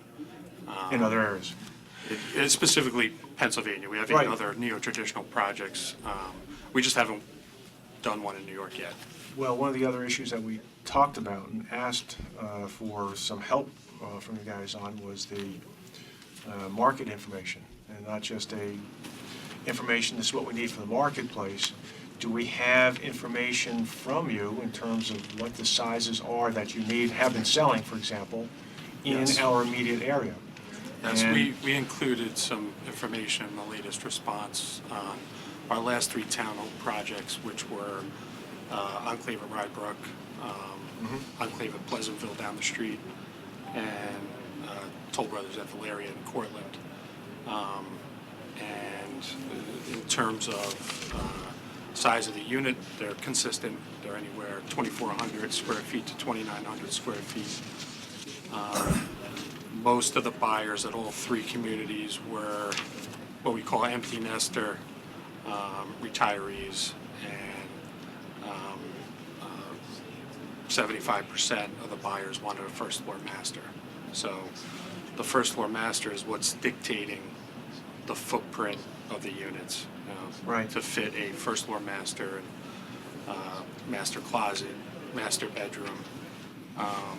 generous kitchen with island entertaining into the family room. It's really like And a what the one-story buyer is going to flat. expect. They really live on a flat, and the upstairs It's is one just for level guests living. and Right. And the second floor is for But guests. those are different from what you're proposing here. Those are, you said, average between 24 and 2,900. Aren't these closer to 32, 3,300? And isn't that really the delta that we've been talking about in terms of the size of the units compared to what we looked at initially in a concept plan? 2,900 square feet is about the average, I believe, for this unit. For this unit. Rybrook was larger. Rybrook was about 3,200 square feet. But the unit sizes are very similar to those three projects. Okay. Did that satisfy, Sabrina, were you able to look at that and get information that satisfied you with regard to market information for the Delta? It gave me information based on what they have, what they've sold, that type of thing, but it really didn't give a broader spectrum of what the market information was. I would think Rybrook would be fairly consistent with what we're seeing here. Yeah, I think it is really a decision on preference. I mean, they provide the information based on what they've been developing. I think you heard tonight that it's neo-traditional. This is the first, time it's being used in this area. And it's whether or not you're comfortable with it. And, I think they did show some changes to the site plan in some of their alternatives where they've shown extending driveways in certain areas, but it is at the sacrifice of sidewalks and other features that I think are more necessary. I don't know if it's more necessary, but I think those were very solid aspects of this development that we had incorporated into the design. So I think that this is something for you guys to consider to determine where you stand. It is a different type of approach to a driveway apron and utilizing a garage to park in versus a driveway to park in. And, now have the roads gotten wider now? So now the roads are back out to so we have less 24 green versus space 20. now? Right, because we were wide, then we went down 20, now we're back up again? Yep, we did that So we have to less green accommodate the space. fire department. Right, okay. I'm just trying to, Yep. yeah, so there's a lot of moving objects. Yes, yep. And are we locked in on the roads? Is that a fait accompli also, or is that still up for discussion? Well, I think we reached the conclusion that 24 was the right number, and that was really being driven by emergency services. You satisfied the fire Right, department. right. Road A is 24. The alleys or the community, what do we call them? Community. Common service Common drives. service drives are 20 20-foot with wide. 2 feet of either driveway, apron, or stabilized surface to allow for 24 feet Right, right. on those alleys. So we still maintain the 20 feet as the On main the road side. surface. Right. We're trying to balance between the neo-traditional shrinking of the roads, enlarging of the open space and sidewalks with other more non-traditional or prior to traditional, conventional subdivision layouts. What will the plan be internally when you take over and have it built out for the parking spaces and the inclement weather and the plowing? I know you have stockpiles, that's terrific, Storage areas. but you have to plow something to get to the storage areas. Now, of course, in the town itself, we have all kinds of regulations in terms of on-site parking within certain dates. I think it's from November 30th to April 1st or April 30th, whatever it might be, where we're not allowed to park on certain streets to allow DPW Right. to clear streets when they need to. Right. How will- It's similar here. We spoke to the management companies who now manage these neo-traditional projects with similar layouts. And there's a communication between the management company and the residents. Well, you can communicate, but where the car's gonna go, the ones that are parked need to park in the common parking areas. Right. And you don't have a driveway, Right. and there are 2 cars in the garage, where are the cars going to go to permit you guys to plow? They'll either restrict to one side during a storm, and then the plow company plows the one side of the street, and then cars are moved, and they'll have to come back the next day to plow the other Okay. side of the street. In cases of big storms, the reality is they may have to truck snow out, but That's just the reality of a site like this. It is when you don't have a driveway to park the cars in, and that's why I keep, I'm not saying it's wrong, bad. In fact, I think Greg would disagree with me, and Tom would disagree also, in that, to a certain degree, we invited you to do this and look at this. So that's fine, and I'm not saying it's good, bad, or in between, but what do we do in these kinds of issues, and what is the plan for that? What is the plan when you are working with a 20-foot area, and the plows come by, and now you're down to a 17-foot wide area because of what you plow, and then we don't meet the minimum fire department issues? Well, they'll be clearing the snow the full width. Okay, but- Pushing it to the alley and pushing it to the snow storage areas. And in the cases where there's excess snow and it's a larger storm, they'll have to truck it out. Okay, I think Some you'd have smaller to, equipment and, yeah. I think you're going to have to articulate some sort of plan. I think what you were doing is right on target in terms Sure, of we can, alternate side. yeah, we can communicate something more detailed. Yeah. Yeah. That would be something that you should put in the documents and then in the HOA documents. Because I think that could be a very reasonable solution. I think the board wants to see it, so. Yes, oh, yeah. Yeah, because it's been an ongoing concern. And again, from my standpoint, only one person, it's all connected. The garage sizes, the driveway sizes, the parking, and I know we have wonderful pictures of California, Virginia. Yeah, and it's up here. they were samples of other jobs. I understand, we but did, the and then we issue added the for us is Pennsylvania projects. we can have months here where we have some really rough weather. Right. And we want to make sure this works. Understood. And you should make sure it works. Yeah, we want it to work too. Of course. Okay, sorry. I had some questions about the northernmost homes that's not really specifically related to the driveway lengths, but can you get a picture of that schematic up that would show the groups CC, EE, and DD and EE, I think they are, up in the northernmost corner? So I don't have a pointer, but assuming for a minute that the driveways are not lengthened and it's just the shorter aprons that you're talking about, because in the description of what would happen if you lengthen the driveways, you said they would be rear loaded and the driveway and the garage doors and the front doors would be on the same side.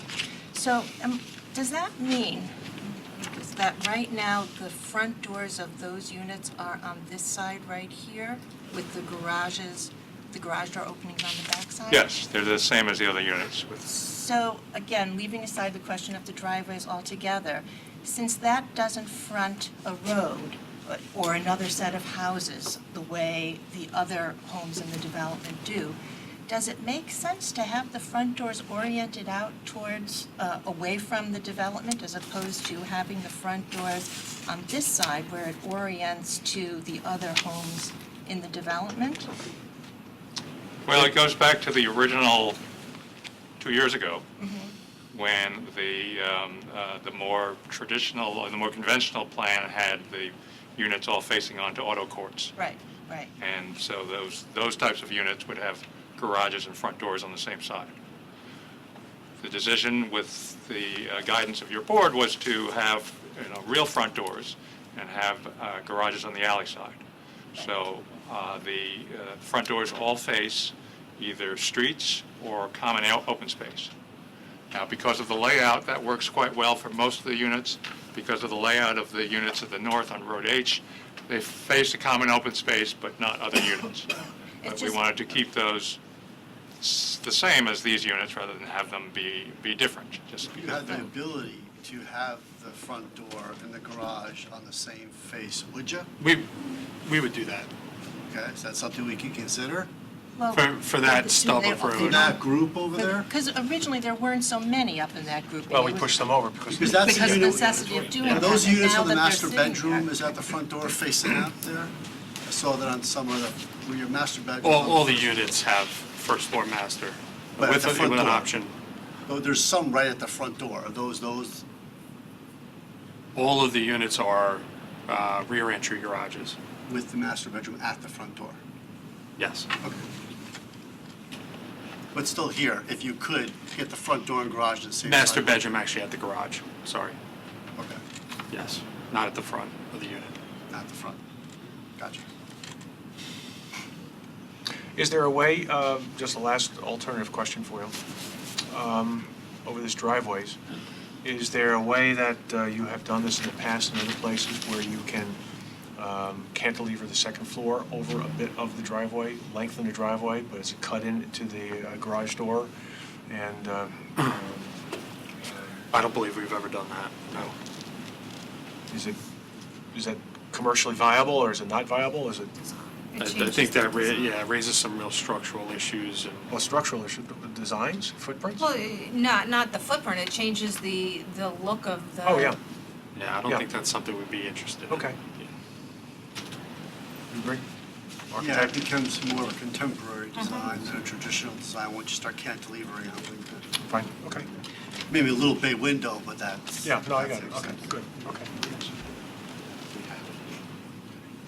I have another question about the 11 units that Sheila was talking about. From a pedestrian walkway point of view, I see you park in the back if you're a guest, and then you go around a set of 4 or 3 or whatever to get to the front door.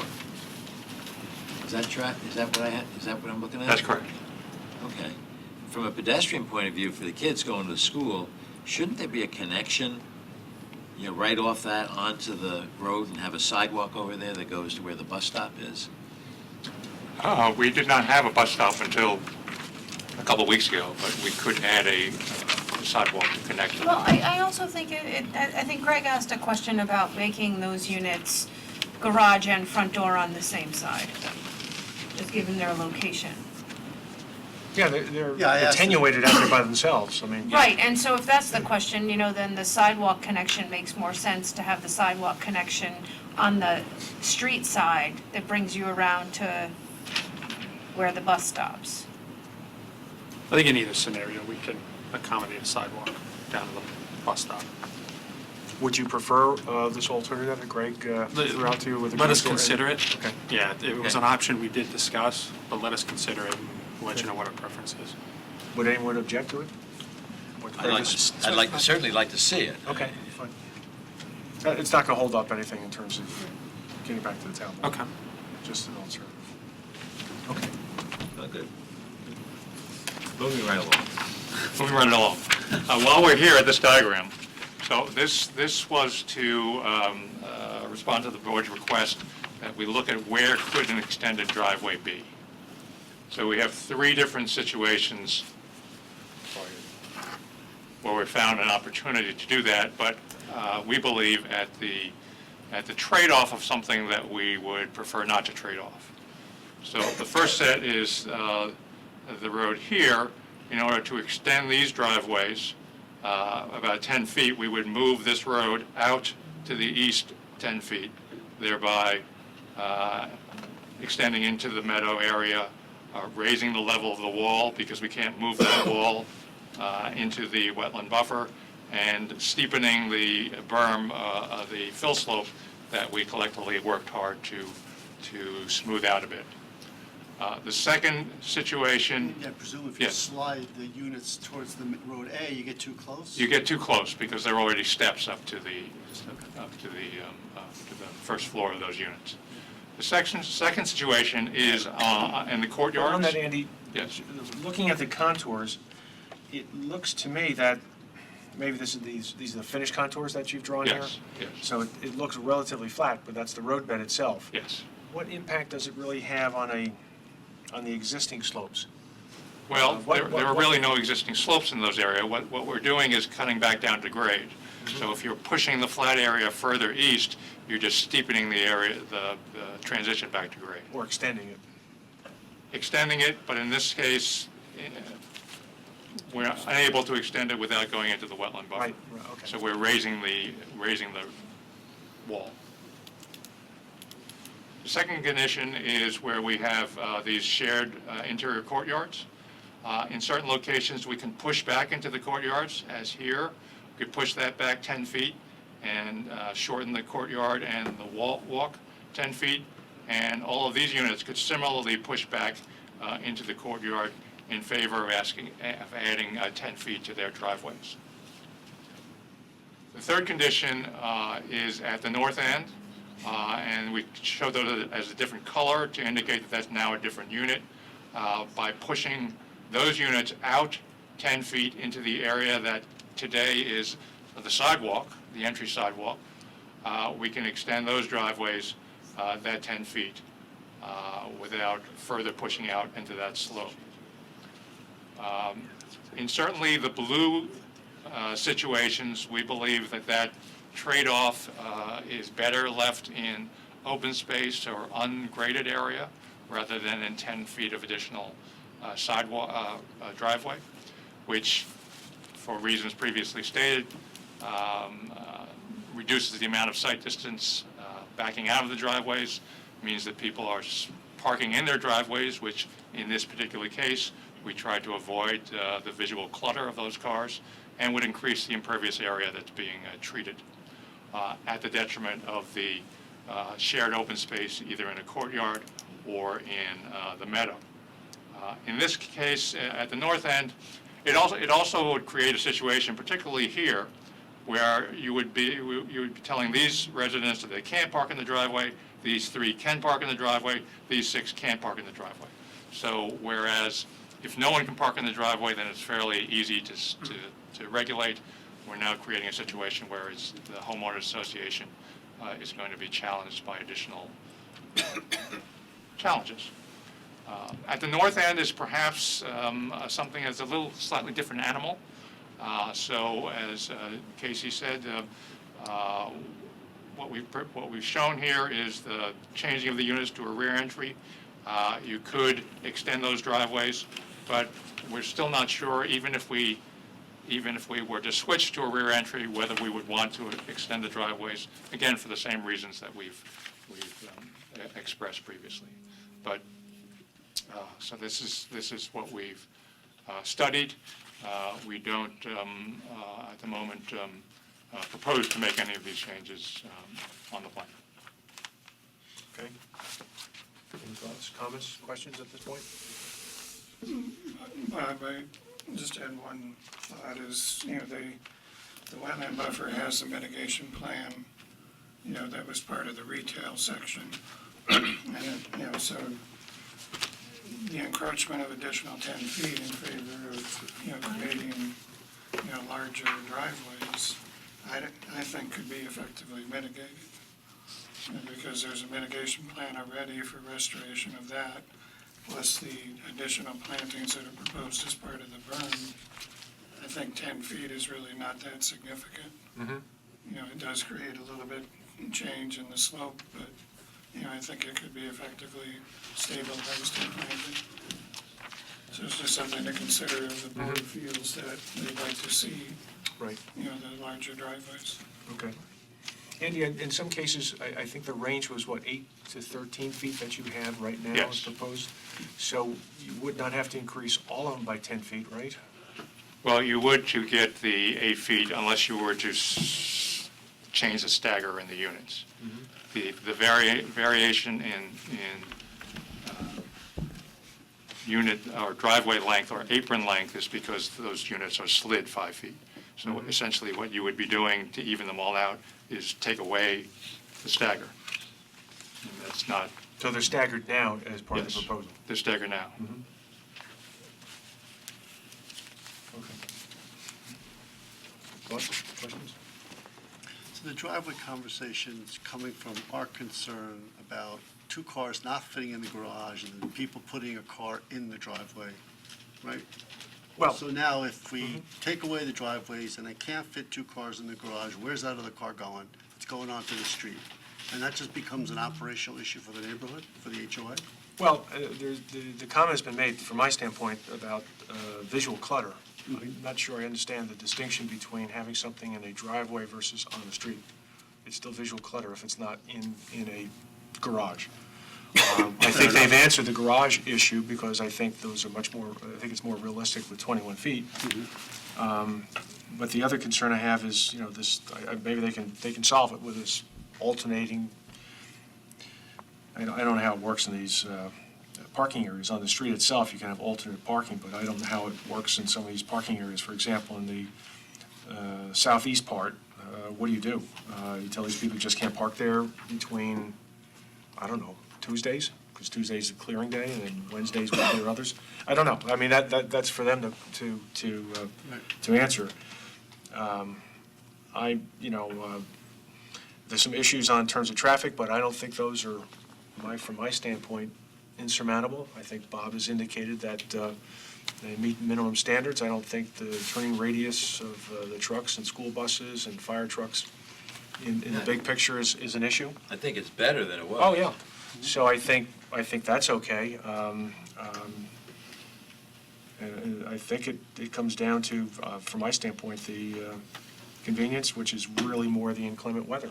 And again, we've seen an awful lot about what it looks like in some of the areas. I'm not quite sure how it works here. And we don't have experience on it. They haven't had experience, very substantial experience in this area, so it's kind of a test. Could work, could be fine. I mean, Mr. Tom and Chairman. Greg like the idea and think it makes good sense. I mean, that was what we asked them to do, so that's fine, but, I would say, the applicant, they're developers, they develop these things, they know what they're building. I would just want a clear record that when we start getting phone calls and complaints about access and things like that, that there's a clear process and record of who is responsible. And if it's the homeowners association that ultimately will become responsible for making sure the roads are clear, then the town should have that contact information, renewing that contact information on a yearly basis to make sure that we can, follow through with somebody when we get the complaints, because we will get them, whether it's the town clerk's office, whether it's the police station, we need somebody to call. Well, you know how to find me, right? no, you'll be gone, come on. What are you, in my brain? You anticipating what I was thinking? I'd love to be gone. Let me go. Felix Charney. We are the manager of the REA, which ties all of the pieces together. We are the owner of the shopping center, and we are still the owner of the office building and the land that we're about to sell to Toll. But as the REA manager, my company is responsible to manage the entire site. Including East Village afterwards? Well, I was asking Dave. No, not the We're not, but Toll will manage their own property as the retail will manage their own property, but it's all tied to the REA. So back to your snow point, because the site is so big and we have so much going on, we have all this equipment on site. We have front-end loaders and dump trucks, and we have all sorts of. I understand that, but I'm talking about cars being in the way of all that stuff. But we have the ability to control all that because we control the whole site. But to Sabrina's point, until I'm gone, we're always there. Right, but listen, I'm talking about longevity. Well, And the until REA you're gone REA and I'm gone and everybody who's sitting here is gone, I want a clear record. Very pessimistic. I think Well, no, listen. Sabrina's question should be answered as part of the submission that they make. Yeah, And right. to the extent that that submission needs to incorporate the entire site's The methodology, REA will that's always fine. exist. There will always be an REA manager whose name will be Right, known. but just point made. Unless there is a record of this, and it's clearly traceable, you cannot capture what happened 25 years ago or the period between 25 years and today unless there's documentation. And so you're being asked to trust the developer that this is gonna be successful. They've widened the garages 21 feet, we can fit 2 cars in there. If you are a prospective buyer and you do not like the fact that you have to park your SUV and your partner's SUV in that garage every single day, then it may not be a place for you to purchase a home.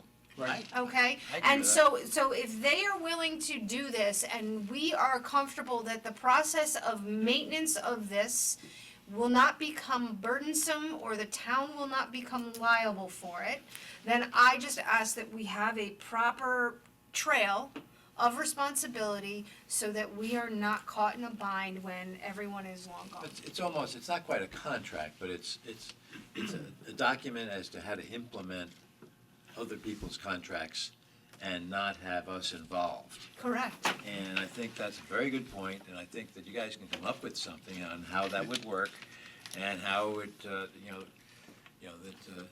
when Felix isn't available anymore, what other wonderful person would, type of person would be there to make it happen. On the East Village, it will be the homeowners association, like all the condominiums that you have here. It's the homeowners And we have association who's learned- responsible. we would have no problem with an annual reporting requirement of who the contact person is at the homeowners association for the town if you have these issues. There's no problem with that. We would have Good. no objection to it. I would say Excellent, that, and, go ahead. I would say there's something more, and I don't know if we've done this before, Les and Sabrina, but it seems to me, given that we're doing something here a little bit different, could be perfectly fine, but is it customary, or can we require an ongoing indemnification from the applicant and from the HOA with regard to maintenance of the roads for emergency services? You know, all we need to have is some horrible fire trucks are delayed because it wasn't plowed properly, there's cars in the way, it's only say 17 feet, we get this claim that they couldn't extend the, whatever they have to do to make the fire trucks work, all those kinds of things. So it seems to me, again, I don't think that any of these roads are going to be dedicated to the town, they're going to be held and owned by the HOA, managed by the HOA. It seems to me, to Sabrina's point, you guys know how to do this, you know how to market it, you want to do it. You know, we've given you some cause for concern and issues, and, but at the same time, it seems to me that it would be appropriate for the town to protect itself. I would strenuously object to an indemnification, as firstly, it would be the first time in my career I've ever seen anything like that. That's just not how it works. The law does operate that way. If in fact there's a mistake in the maintenance or something that leads to a tragedy of some kind, as you were describing, then there would be liability on the person, the entity, organization, whomever, who caused it. In the world that we live in, everybody gets sued when those things occur. But as far as having, I mean, I don't know why you would single out this particular community as opposed to any of the other communities here for that particular reason. There's a homeowners association, they're responsible for it, and under the law, if there was something of that nature, they would be held responsible for it. But an indemnification would bring on financing issues and all other sorts of things that would which would call out an issue that we would have a real issue doing something of that nature, agreeing to that. And indemnification would cause financing problems? Absolutely. A bank would look at this and say, okay, why is this here? We've never seen it before. I represent banks. It's the first thing that I would do. So what is this about? Why are we going to lend on this for your construction? Otherwise, there's something going on here that's weird. Why is the town asking for an indemnification? Absolutely, as an attorney.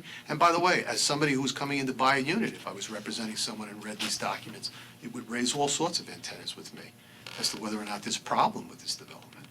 I would not recommend to Toll that they agree to something like that. It's just, it would be extraordinary, and I don't understand what circumstance here would require it. We're responsible for it. We will take care of it. We will certainly let you know who's responsible for it, but a legal indemnification, I think, is a bit far.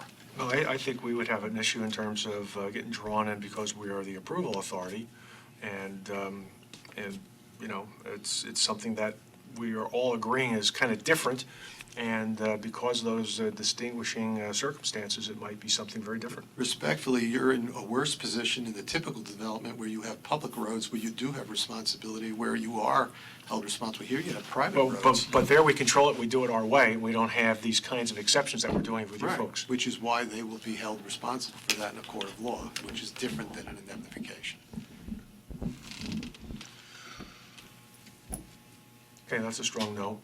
Well, you haven't heard them too often from me over the years. There's one. Okay. All right. I still think we should take a look at it. We can discuss it further. Yeah. Yeah, we can do that internally and stuff. But above and beyond that, to Sabrina's point, we would like some examples of some of your other homeowners agreements.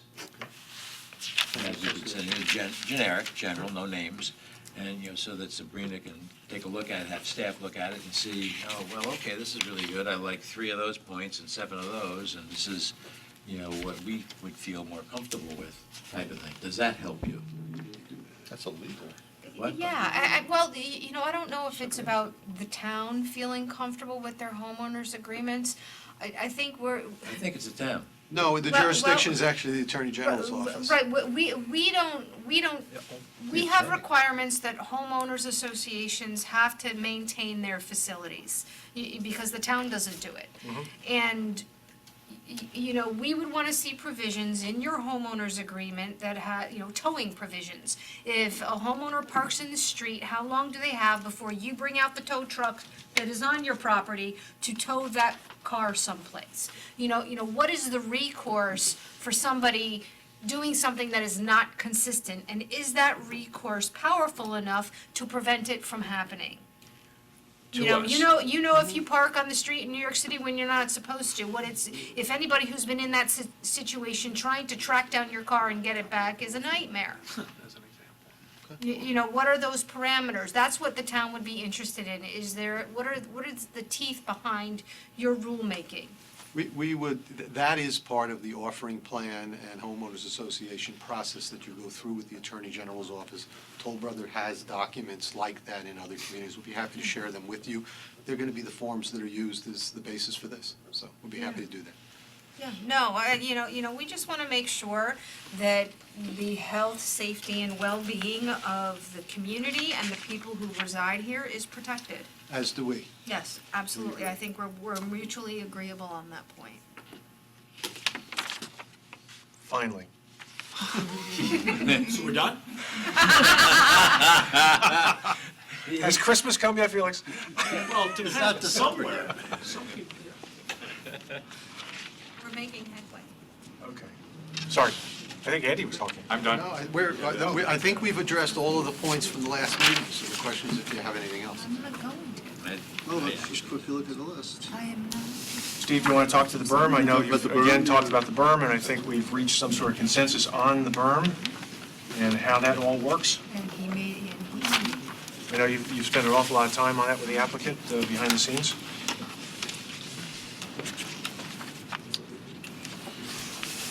Yeah, we had a meeting with the applicant and went through the whole board, but, you know, they have responded to all of our comments with the plan to submit revised plans for us to look at.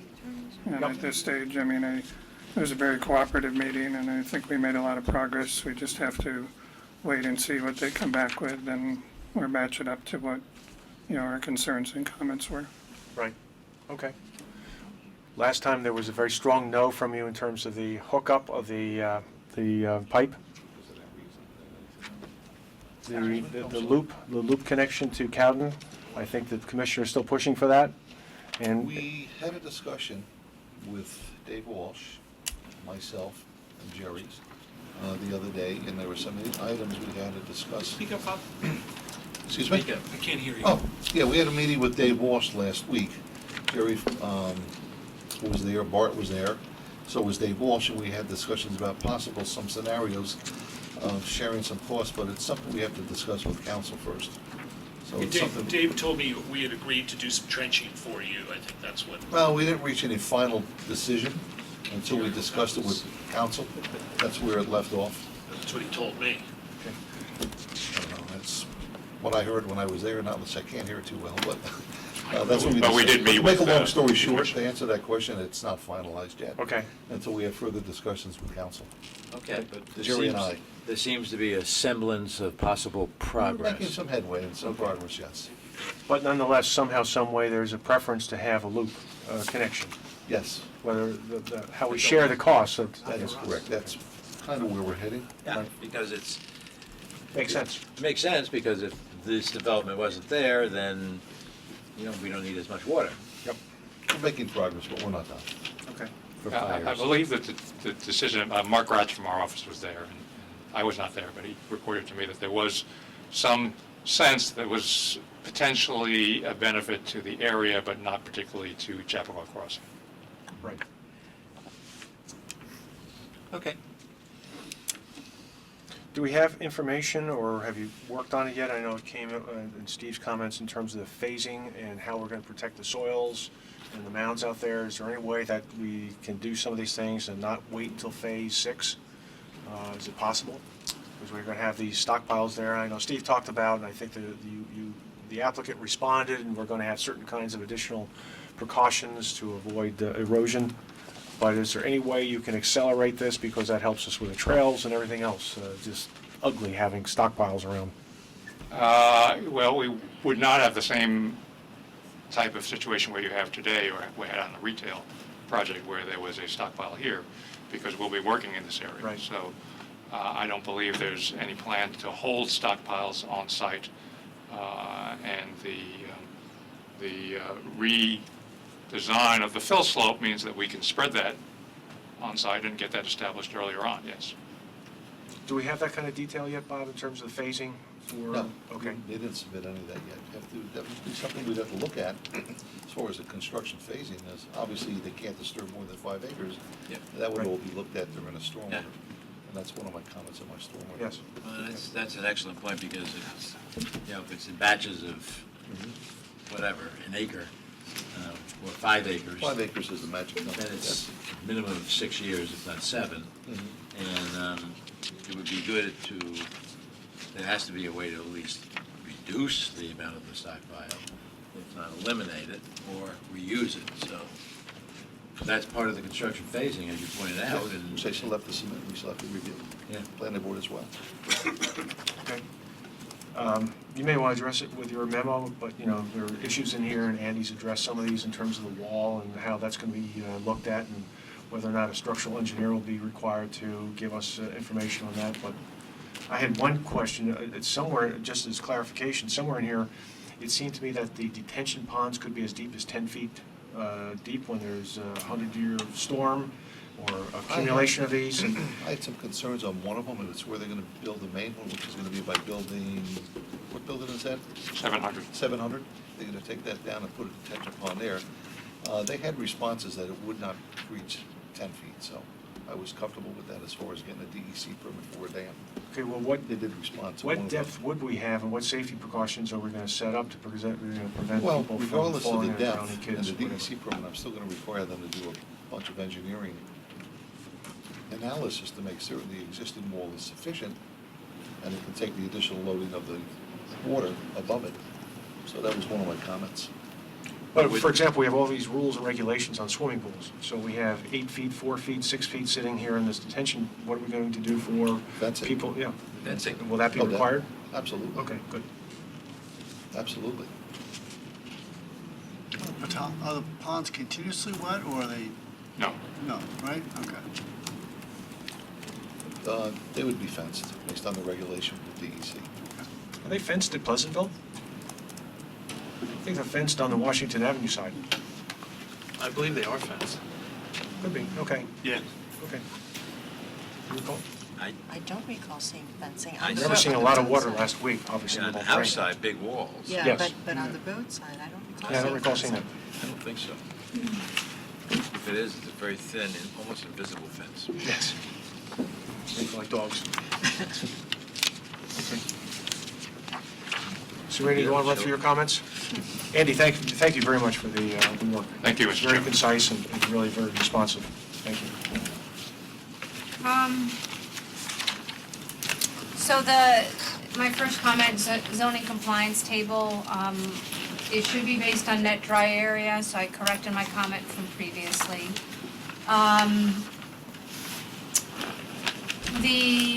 The second comment regarding the increase in size of the MFPD parcel, building size, increase in number of bedrooms, you guys have already addressed that. The applicant provided the narrative explanation, and so really it's whether or not you need additional information in order to be comfortable with this.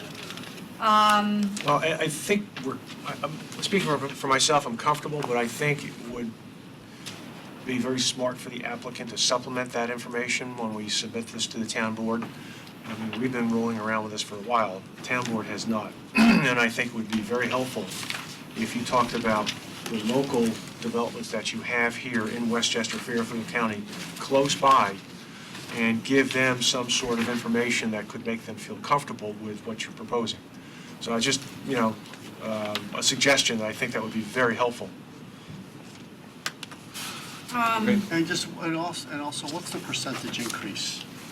Is this about a 10% increase, a 12% increase, just ballpark, just to help for final numbers? Because I know if it's 383 times 91, right, we're about 35,000 square feet total. What is that percentage for the overall? I don't have it off the top. You, Casey? I think it would be a good statistic to have, though, Yeah. in the memo. Yeah. Just curious, are we talking 2% or 15, that kind of thing? Yep. Give some relativity.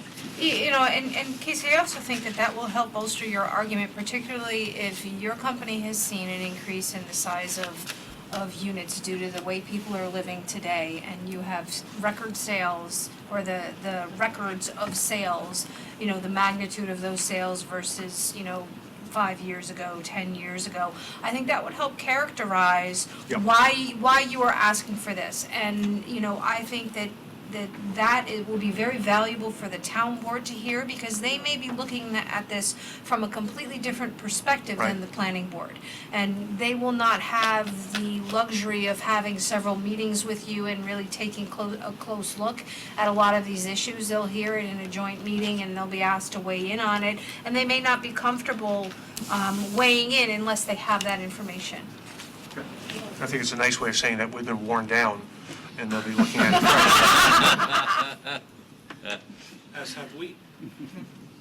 Maybe this is the right time or it's the wrong time, but let me remind the applicant that they need to do a lot of catch-up work in other venues beyond the planning board. I mean, they're going to have to deal with the town board, and ultimately, they're going to have to get, before the planning board could ever approve this site plan, they would have to get town board approval of an amended preliminary development concept plan, have a master subdivision approval, and then a re-subdivision of the East Village lot. And I've been saying this for months, and all of those steps take a lot of time because they have procedures associated with it. So I just raise it again, that they need to start focusing on these other avenues of approval in order to move this forward.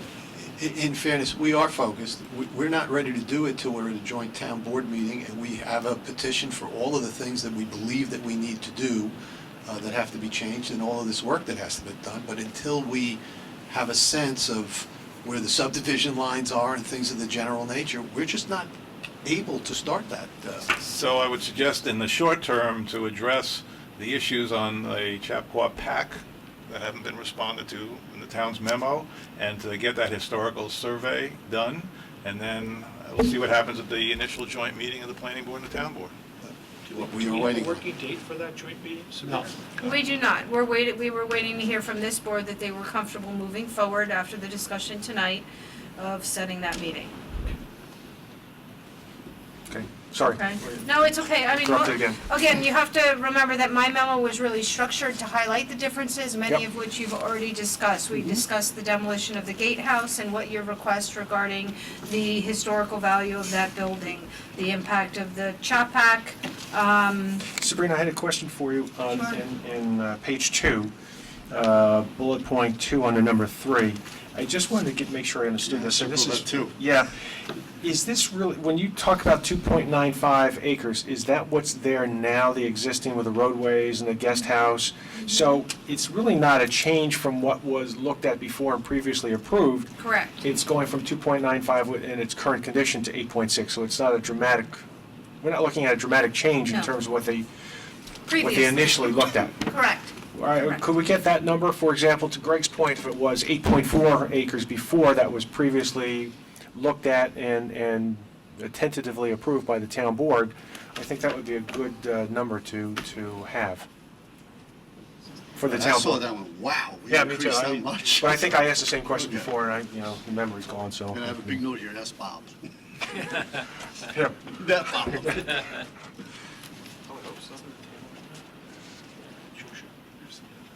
But it does read kind of stunningly when you first look Right. at it, yes. Okay.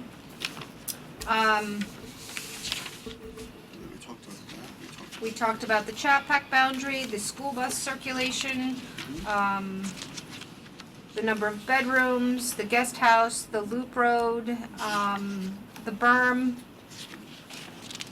garages, the driveway aprons. Any more forces? There's one thing that we did talk about a couple of times, but it's kind of fallen off. And I'm doing this really for Tom, who's not here tonight. Remember, he talked about having another connection up here that would The loop around? parking lot connection. Yes. And that's, there wasn't a whole lot of traction from the standpoint of the applicant, but we did ask them to study that, and I don't know where that is and what we've I seen. don't think you guys studied that. And You did. I think they did, but I don't know where it went from there. So just kind of been erased and fallen off? No, it just, the best place to pick up, we believe, or to drop off, for handicapped access, accessible access, is to, We were talking about another out in the parking lot. Right in here. yeah, Right there. but that was, Related. Okay. the idea, I believe the idea was that you could drop off at the stair and then pull into the parking lot. Right. But the stair, if this is about accessible drop-off, then you're dropping off at the stair, you still have to walk up the stair. I don't think it was about accessible. I think it was, first of all, having just another way of accessing, and then even for exiting, people would have a different way of coming out, maybe using the loop road this way to leave after a performance, rather than all You can bunching in just- one direction. So it was just, for a number of issues, I think that we had asked you to look at it, and I think you did, but I just don't know what was the conclusion, what the resolution was. It's fallen by the wayside. I still thought it was a good idea, but Well, obviously, some people didn't. I think it was a good idea, too. My sense is that there's handicap parking right here, correct? Yeah. And so you can walk up here, and there's a ramp. There's handicap parking right there. Yes, and there's a ramp here, so you don't have to go up steps. So the question is that, well, how do you get access into here, and how do you get egress for the handicapped people? I guess you could turn and come this way, but it's narrow, there's a lot of cars going that way. It looks like this eventually joins this up here, is that correct? It does, just off the page. Okay, so then, that would be, it needs to be fixed so you have a reasonable turn, or a better turn, but that would be a way to come back and get people, that have managed to cross the street and are in the handicap zone, waiting or whatever. So maybe there's something there, maybe that's what you guys concluded. Well, the primary accessible spaces are here. There are 8 spaces here. Sure. And if you want the shortest place to drop off, shortest distance for someone to walk who needs that accessibility, you drop somebody here and you turn around and you go out, or you park there. It wasn't an ADA issue, Tom's point. Tom's point was for, if you were just coming to drop somebody off so they can run in, you would go here to pull into the parking lot. You didn't have to go all the way around. So he was trying to make it as, you come in, you drop off, you come in, you pull to the lot. Correct, I think that's exactly That was correct. what he was trying to accomplish. But what's the steepness here? Is I this, think there was a grade issue there. yeah. Yeah, I think so. But I don't see a problem with going up here and coming back around. That's what he's trying to avoid. Yeah, that's what he was trying to do. I know, Here. he's trying to avoid it, but what's the distance? I mean, it's a quarter mile each way, or a tenth or So something. here's the way that could be accomplished, at the cost of 3 spaces. You could have a cut through here. Oh, Yeah, but just drop Right, but alternatively, you drop someone off here, they walk across the street, and you go park. That That's works too. easier, we believe, safer. than sending people around again in another direction.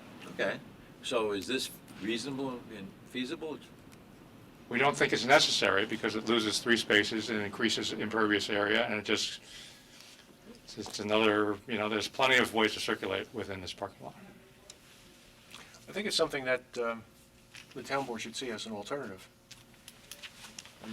That committee that's working on the auditorium and how it all functions. Generally, we don't believe we want people to stop here Right. and drop off, Yeah, because that's that- interrupting the flow of the loop. Well, I understand that, but in fact, if it's a rainy night, that's what's going to happen, or could happen.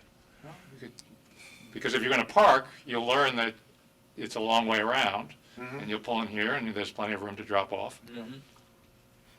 It can be signed, I guess, right? Signage would help, yeah, Yeah, that's a good plan. signage. You want to do a little duck off there? Duck off? Yeah, if you, see when you have the blue say car? that 3 times. If you do like a little pull off where you can pull-off. have 2 cars stack and somebody can drop off so that car's not blocking traffic coming in. I think it's probably better, since this is a parking lot, it's probably better just to have people stack here and, this acts as a duck off. Or a duck on. Okay. But I like Bob's suggestion that the town board get to see See this as an alternative. where the auditorium people get to see what this is all about, and three parking spaces is not a lot, but it is something which kind of messes up other things.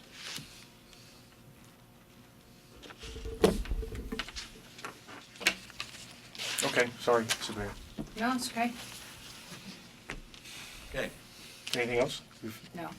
Bob, I have one item that they responded to from my prior comments that for the board to take a look at is they've requested consideration to have a 5-year instead of the 10-year monitoring and maintenance plan. And the reasons are that they're hiring a separate, company to maintain it, and they have the overreaching, management firm also that's doing Chappaqua retail as well. For consistency, we required a 10-year for the Chappaqua Crossing retail project. So my thought is that it would make more sense because of the volume of, plant material that's being added here, that we may want to be consistent and have a 10-year for the entire site. I certainly would endorse 10 years personally, and I think that, the construction project is a minimum of 6 years, if not 7. So there may be some compromise down the road as to, it would be 10 for the first 2, maybe 5 or 6 or 7 for the others. But, right now, 5 is too short because there's going to be a lot of activity. There'll be changes that nobody thought of. And then what do we do with the bushes and the trees? Yep. So I agree. Yeah, and I think we've made that requirement for much smaller developments than this. And I think it would be fairly inconsistent if we did not ask for 10 years on this project, especially since we did it on the retail side too. So I think that's a good recommendation, Steve. Bob, you had a number of comments. I have about 34. And I just want to make a point that I've had the same comments for the past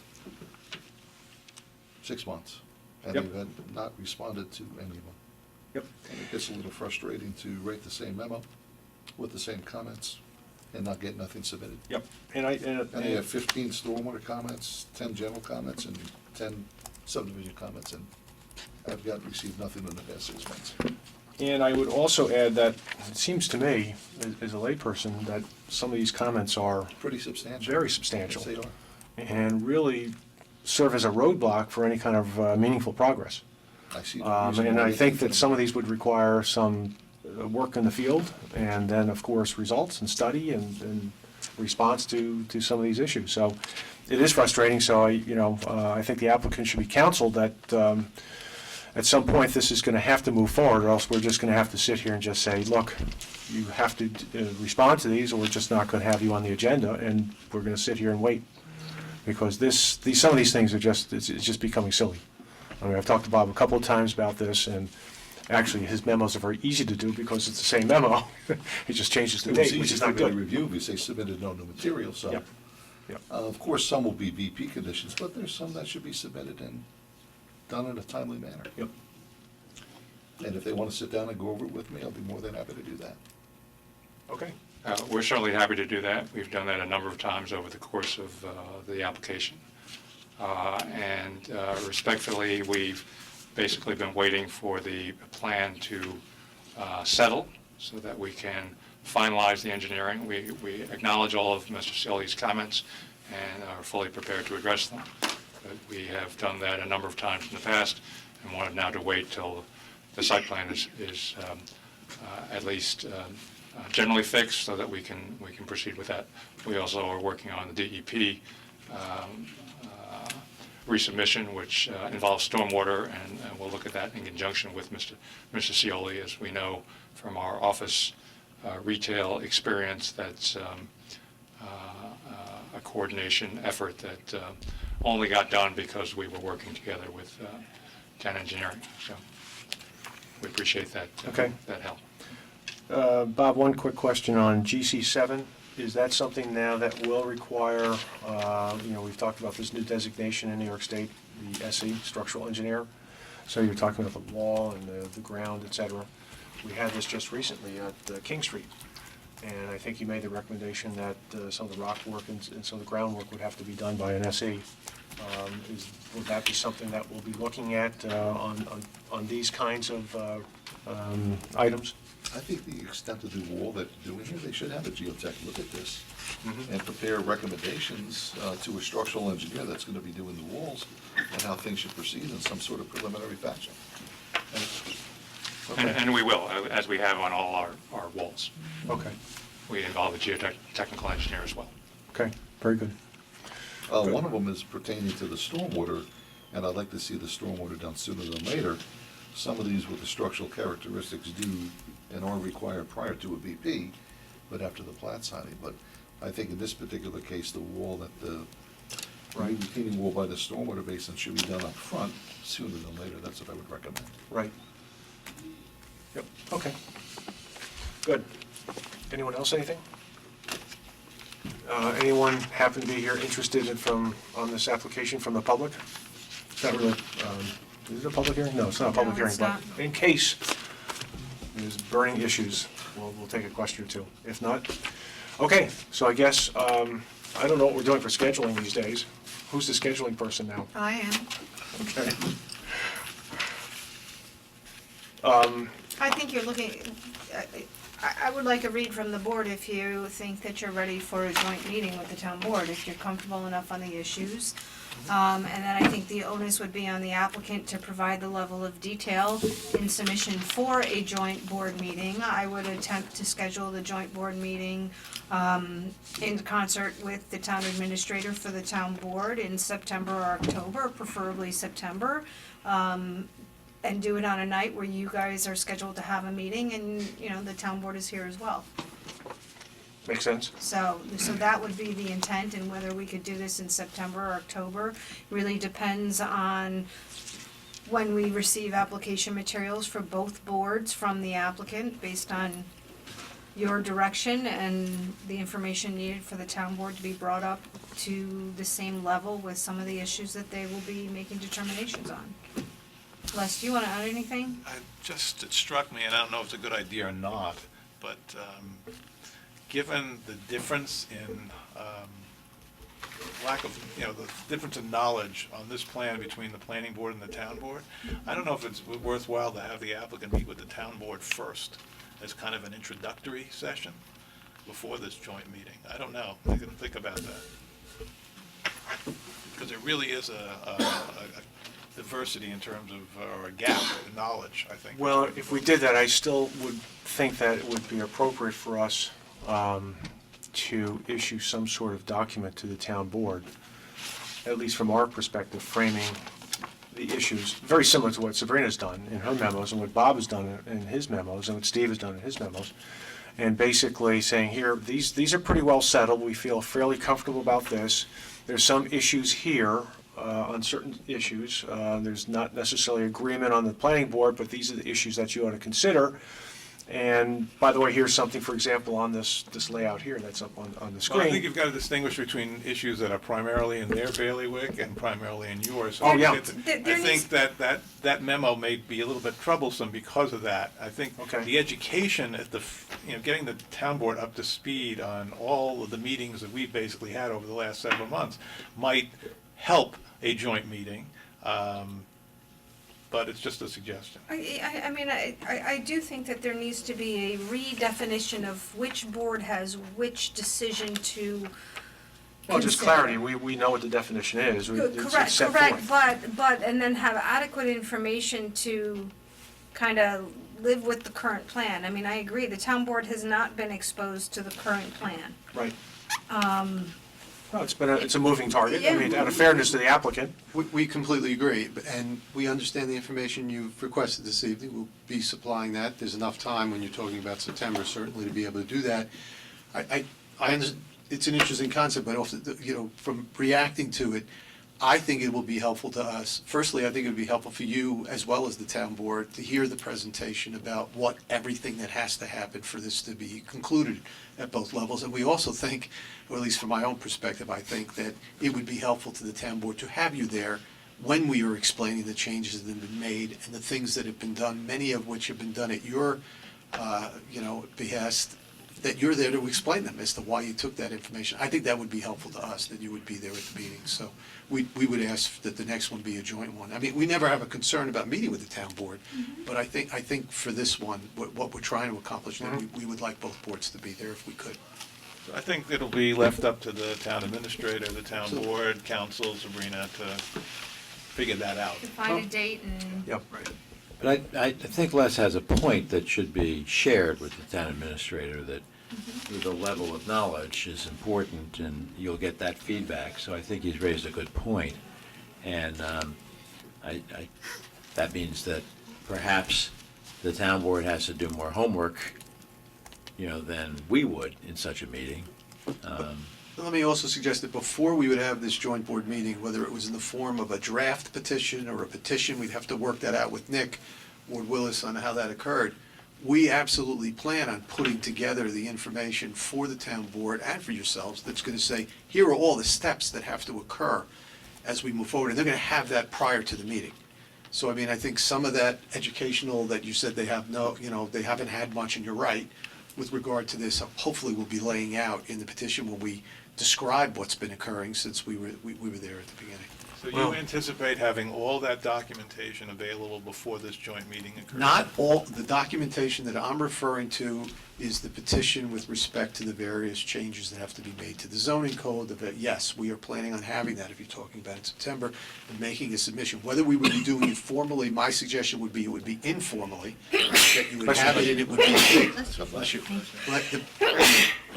the basis of an agenda and a discussion for a really informal meeting, because you're not taking actions at a joint board meeting. And then from there, we would be moving to the formal process. But yes, that would be our. And I think that makes sense, because I think what the takeaways may be from this meeting is that there are some changes that the town board wants to see and that you're going to have to work with. Right, and Exactly. then we would make changes. Because there'd be in the feedback petition. from all of us, yeah. And something that you've already done, for the most part, we may have had additional changes, is before that meeting, having a document circulated which has all the changes between the approved PDCP and what is being proposed now. Because that could be used as a guide for the meeting. already have that. Yeah, I know you already did, but that would be, should be presented to them. Although who knows if anything changed tonight, we'll have to Yeah. check it again. So, I mean, it is a moving target, there probably be some And changes to clarifying that tonight. list, but, Correct. that would be another thing that you'd want to submit in advance of the joint meeting. Understood. That would, frankly, I think that's part of the petition anyway, because that's the underlying information that creates the need for the changes to the code and things that we need. And when are the meetings in September? Probably the second meeting would be an appropriate target, more intelligent target. Hang on. I have my list.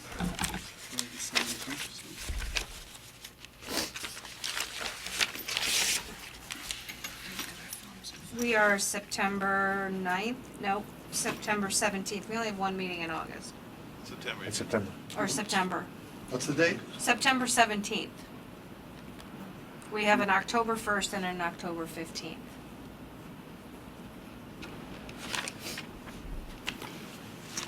So do the 17th and say the 15th. Well, My concern, to be quite honest with you, unless you're willing to come in on another Tuesday, is that you already have public hearings set yep. and other informal hearings on the 17th, Mhm. based on meetings in July. This might be a long one. This week. Second, well, I would think that we would need an entire meeting dedicated. So if we're really seriously looking at an entire meeting, I would say the earliest this board can commit to an entire meeting would be October 1. Yeah. I think that makes sense.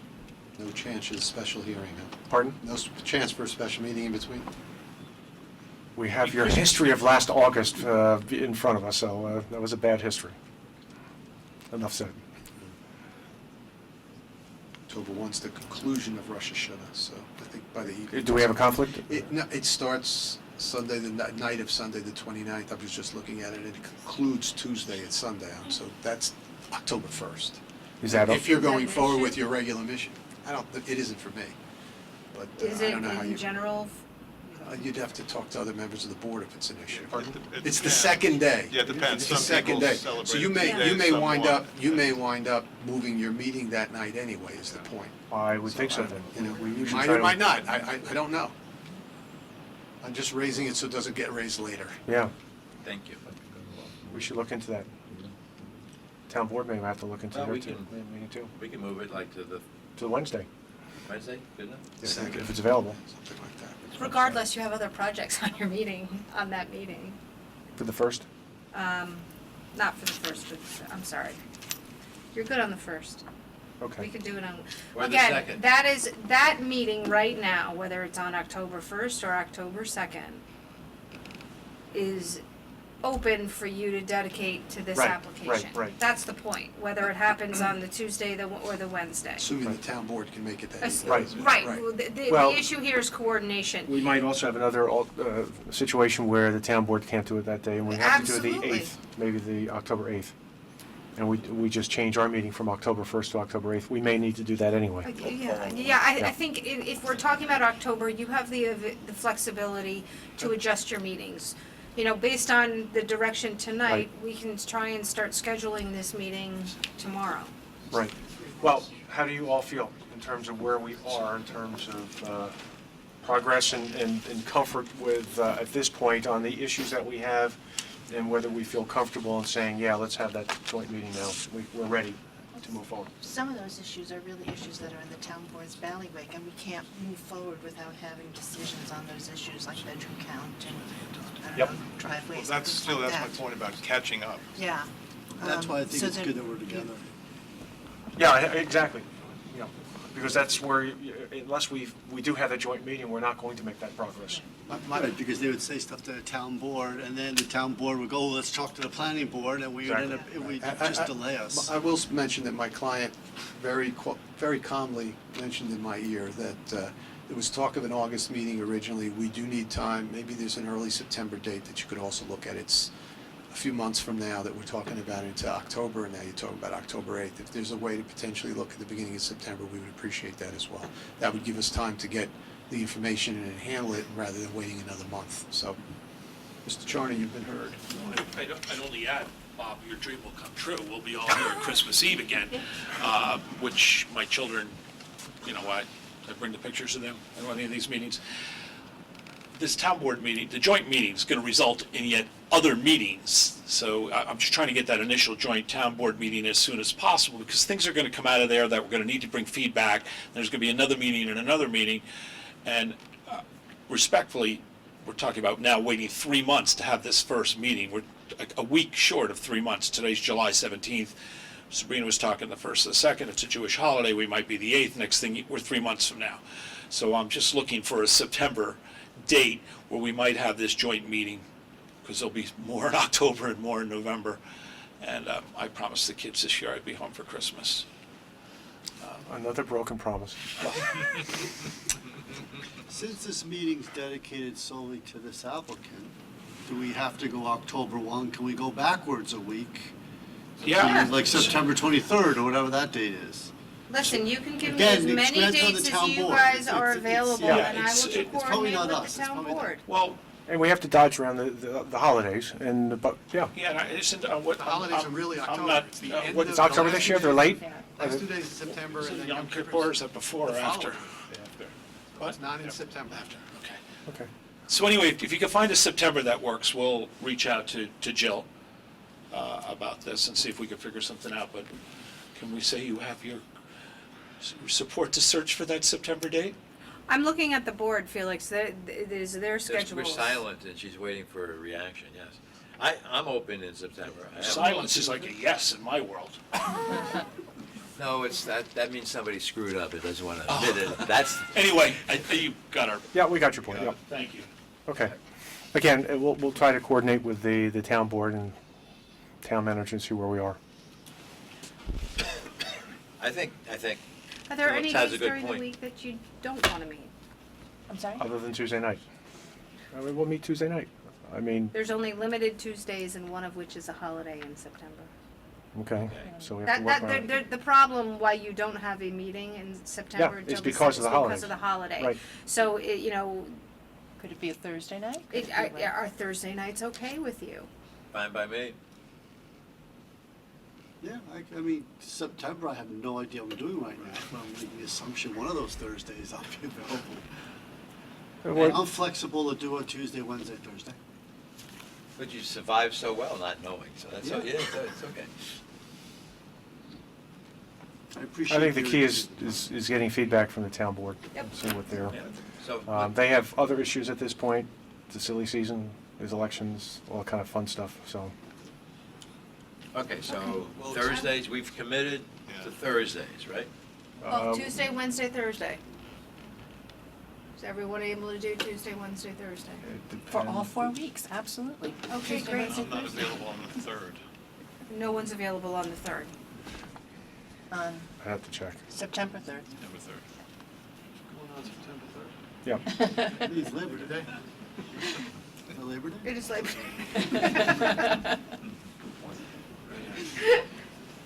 It's the day after Labor Day. Or no, it's not Labor Day. No, it's the day after. It's the day after. Thank you. Okay. Thank you.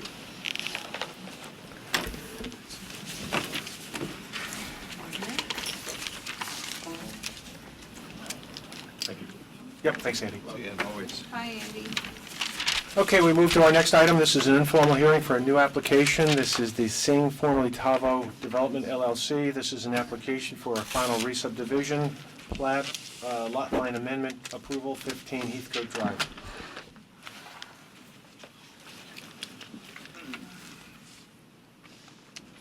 So, there's one plug in their fob. In the back. In the back.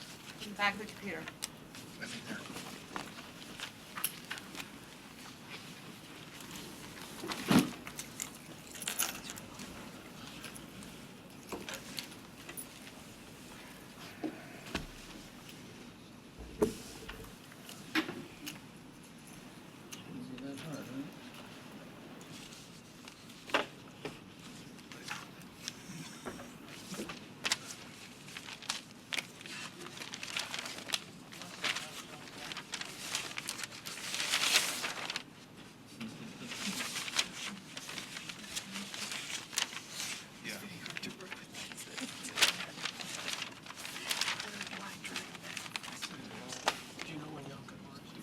Yes, I do. And I have a lot of problems with availability in October because I've got 2 family trips planned, but Yom Kippur, I think, is October 8th and 9th. So everything in Rosh Hashanah is... September 28th, 29th, 30th,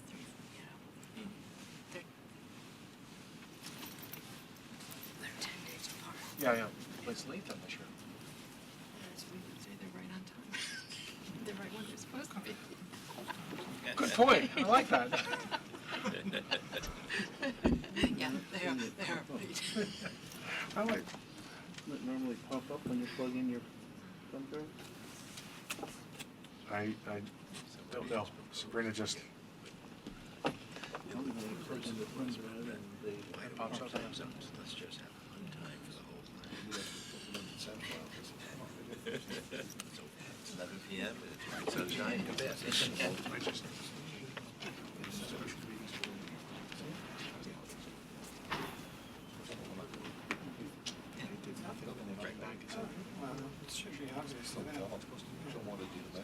No, it's the law firm. So, Greg, any ideas? I plugged in my thumb drive and I normally I don't care get a about his pop-up premises, his and grandchildren. I'm getting nothing. What? Try, go to the file down below, Children. see if this, click on this, see if it's reading the, Okay. when you plug Make sure it it's in. an age. Does it give you that, try and double click on that.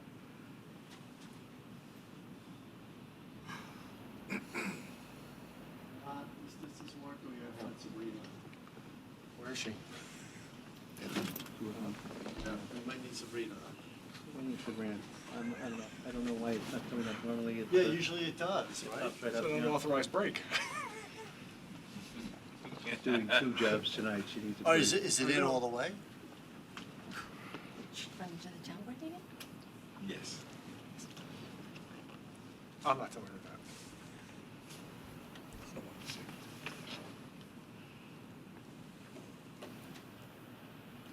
Well, until Sabrina comes back, I'm Jerry Barrett. I'm the site planner for the project, and I'm here with the applicant, Dr. Singh.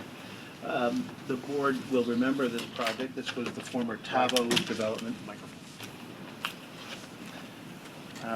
You can hold it.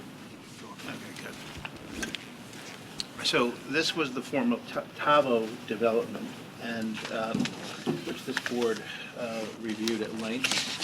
And I believe it got to preliminary subdivision approval. And subdivision approval was really a merger of two lots to create a 4+ acre lot in the 1 acre zone.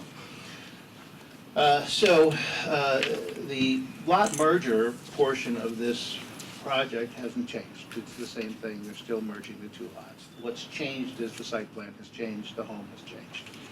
Well, the siting of the home is proposed to be changed. The siting of the home is proposed to be changed. 30 It's going to be slid back about 30 feet. We did that, we met with staff on a couple of times, at least once to talk about this. And we thought sliding the house back, we worked with the septic engineer. Sabrina?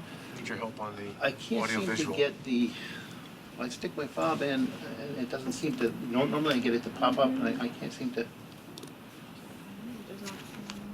recognize it.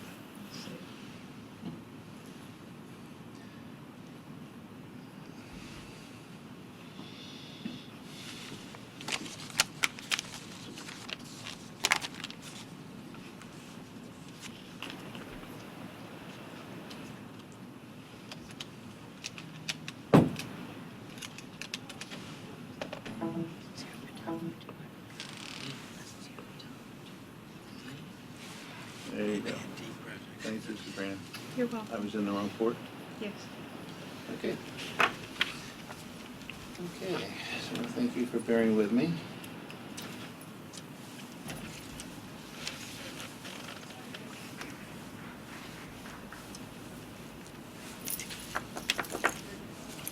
Okay, so I'm going to steal this pointer because mine, I realize, doesn't work on your screen.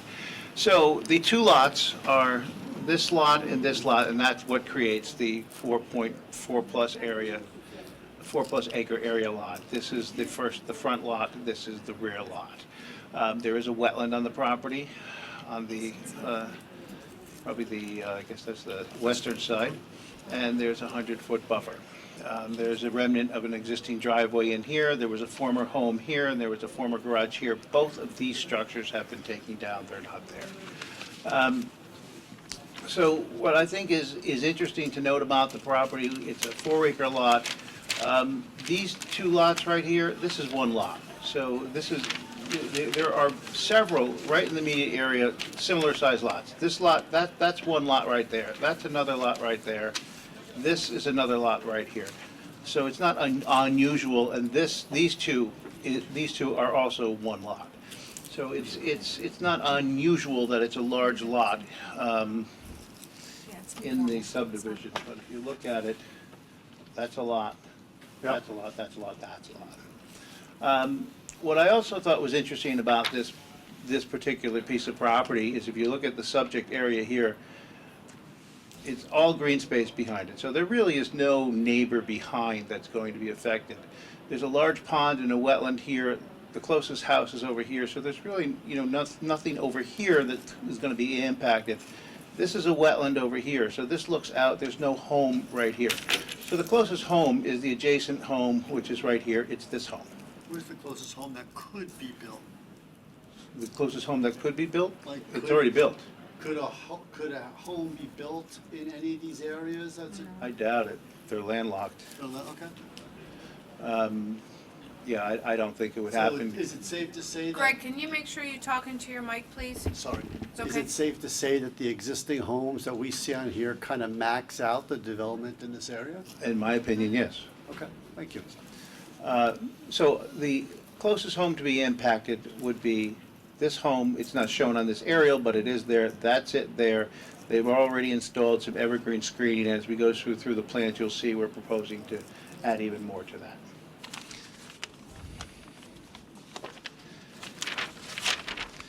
So this is the current site plan under consideration. And again, here's your wetland line, here's your 100-foot buffer line. So we're keeping everything out of the buffer line. There is going to be, we do have to take out that driveway there, so there's going to be a wetland impact there. We are This is the stormwater management feature. These blue lines represent all the roof leaders and the drains. Everything's going to come down to a stormwater management area in here. And then the overflow to the wetland, it encroaches about 600 square feet into there. Everything that comes out of the wetland is going to be reclaimed to native wetland. And then we just have a very slight temporary wetland buffer impact right here, just to allow us to build this wall, and then it'll be planted. So the septic area is in the back. What we did was we worked with the septic engineer and we pushed the septic back because we wanted to push the house back farther.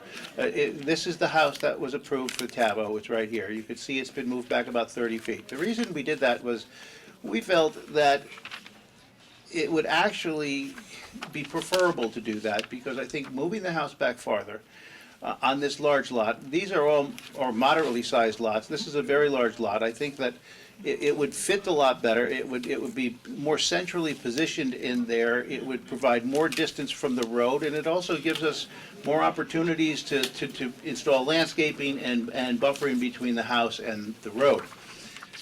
I think also by pushing it back visually, it's going to diminish the size of the house the farther away you are from it, so it would be more in keeping. I think the other thing that as you drive down, I think it's kind of nice that it kind of funnels down as opposed to, having things all the same distance from the road. It's almost, lends a cookie cutter type of thing, in my opinion. What's the nature of the, I'm sorry, go ahead, Shirley. What is the distance of the proposed house from the existing house that's on the lot to the right as we're looking at it? Yeah, exactly. This house right here? Yeah. The distance there? I'm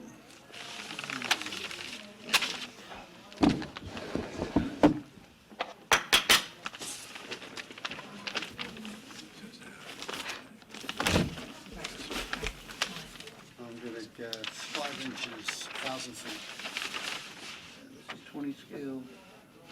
All right, 20 scale, not 200 scale. It might be even 100 feet.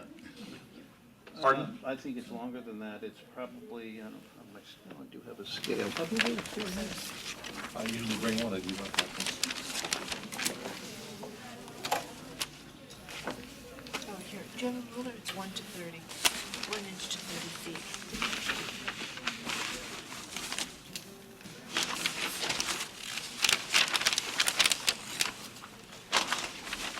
About 120 feet. Corner to corner. Corner to corner, from here to here is about 120 feet. And previously, then it was about 110 in the original application? Application, it was 110. So it's a little farther away. What's the nature of your treatments here? Those would be Coltech? Those are Coltech subsurface, you'll never see them. Okay. You'll never see them, everything's underground, it's gonna be, that whole area is probably gonna be reclaimed to meadow. The mowed lawn areas are gonna be up in the front of the house and in the back. The idea here is to kind of naturalize this, to replant this when we get to the, and to get this thing replanted, but we're probably gonna keep this meadow in here because, you can't be planting trees and shrubs on top of the infiltrators. But Alan Pilch is the project engineer as far as the stormwater goes. He had a conflict tonight and couldn't be here, but he has received Bob's memo and he will be responding to all Bob's comments. So the other thing we did that's different is, well, I mean, the big stuff is, of course, there's no pool anymore, there's no tennis court anymore. The previous driveway kind of ran in here and came around to the house. And we brought it in this way, and we thought it was easier, it was gonna be simpler just to come in and, come to a drop-off. It's a big gracious home, so, drop off in front of big gracious homes are customary. And there's many examples in town of that, is showing that. And then we come around after the drop-off, it slopes moderately up to here. When you get from here to here, it's pretty much flat. This is a plateau up in this area here. There's a multi-car garage here, and there's also some parking area at the back here. As when I get to the last plan, we'll do a comparison of what the previous plan this board reviewed and this plan shows. Do you think, this seems kind of big, right? Do you think maybe you could do a planting circle in the middle? Probably could. Just to get rid of some I asphalt? mean, we just need that 45-foot circle to turn the car around, but yeah, we could probably do And that. it doesn't even have to be high, that way you Yeah. don't obstruct the view. Yeah, I don't see a problem with that. Well, there's a tree there too that could be saved if it's right. It probably, Oh, that one? I think it's right here. Well, there's a couple of pines there, but to tell you the truth, they're not in very good shape. I don't know if you looked at the pines out there, but all the pines out there are in really bad shape, particularly ones along the This road. was And you know what, Dick, I'm not even sure they're there, because since this was done, the previous owner, he had done some, when he took the house down, he had made some changes out there when he took the house down. Well, we'll have to know that, I guess, but. And I can certainly have the surveyor check that. I don't think it would be worth trying to redo this layout to get a nice flowing layout to try to save, from what I recall, particularly the pine trees along the front, they're just in horrible condition. So this is the closest house, and this is where, we've gone through the tree replacements. We do have a tree replacement plan, and we've got to plant about 85 trees. And what we're planning on doing is planting a very thick hedgerow of evergreen trees interspersed with deciduous trees in this area. And in addition to that, we're proposing a 6-foot solid fence that we would paint it forest green. When you paint these fences forest green and you put it in the middle of planting, it just blends. So I think that would give this neighbor quite a bit of privacy in addition to the trees that he has. These are his trees right here. And we would be adding all these trees to help buffer that property. The septic system as is now, this would be the primary and this would be the reserve. I don't know why that couldn't be flipped. I'd have to talk to Michael Campbell about that. I know Steve Coleman suggested trying to get a waiver to not build the back, which in theory I guess you could do, and you could get this tree line back in here. The issue there is, of course, there's 3 feet of fill on top of this, so how do you do that? How do you? You're putting 3 feet? Yeah, 3 feet of fill on this now? there's 3 feet of fill on it. Michael Campbell has worked closely with the health department on that, so there's 3 feet of fill. So as you see these contours here, this is the fill. So, how do you take that contour and, now you gotta loop this thing back here and you gotta loop it here. I mean, I guess it can be done, but, you're gonna come out of the back of the house and you're gonna go boom and then you're gonna drop down. Unless you weld the trees in the back, which I guess that's a thing too, but that's kind of, I guess it can be done. So this mound, this is going to be built up 3 feet up here? This whole thing is The built whole up 3 thing. feet. And that had a lot to do with the elevation we set the house at. Okay. Because, we have this, it's right there, here's our patio in the back, so we can't have this 3 feet and have this 3 feet lower. We gotta get everything to drain away. But, here's the driveway profile. This is the center line of the driveway, this dashed line.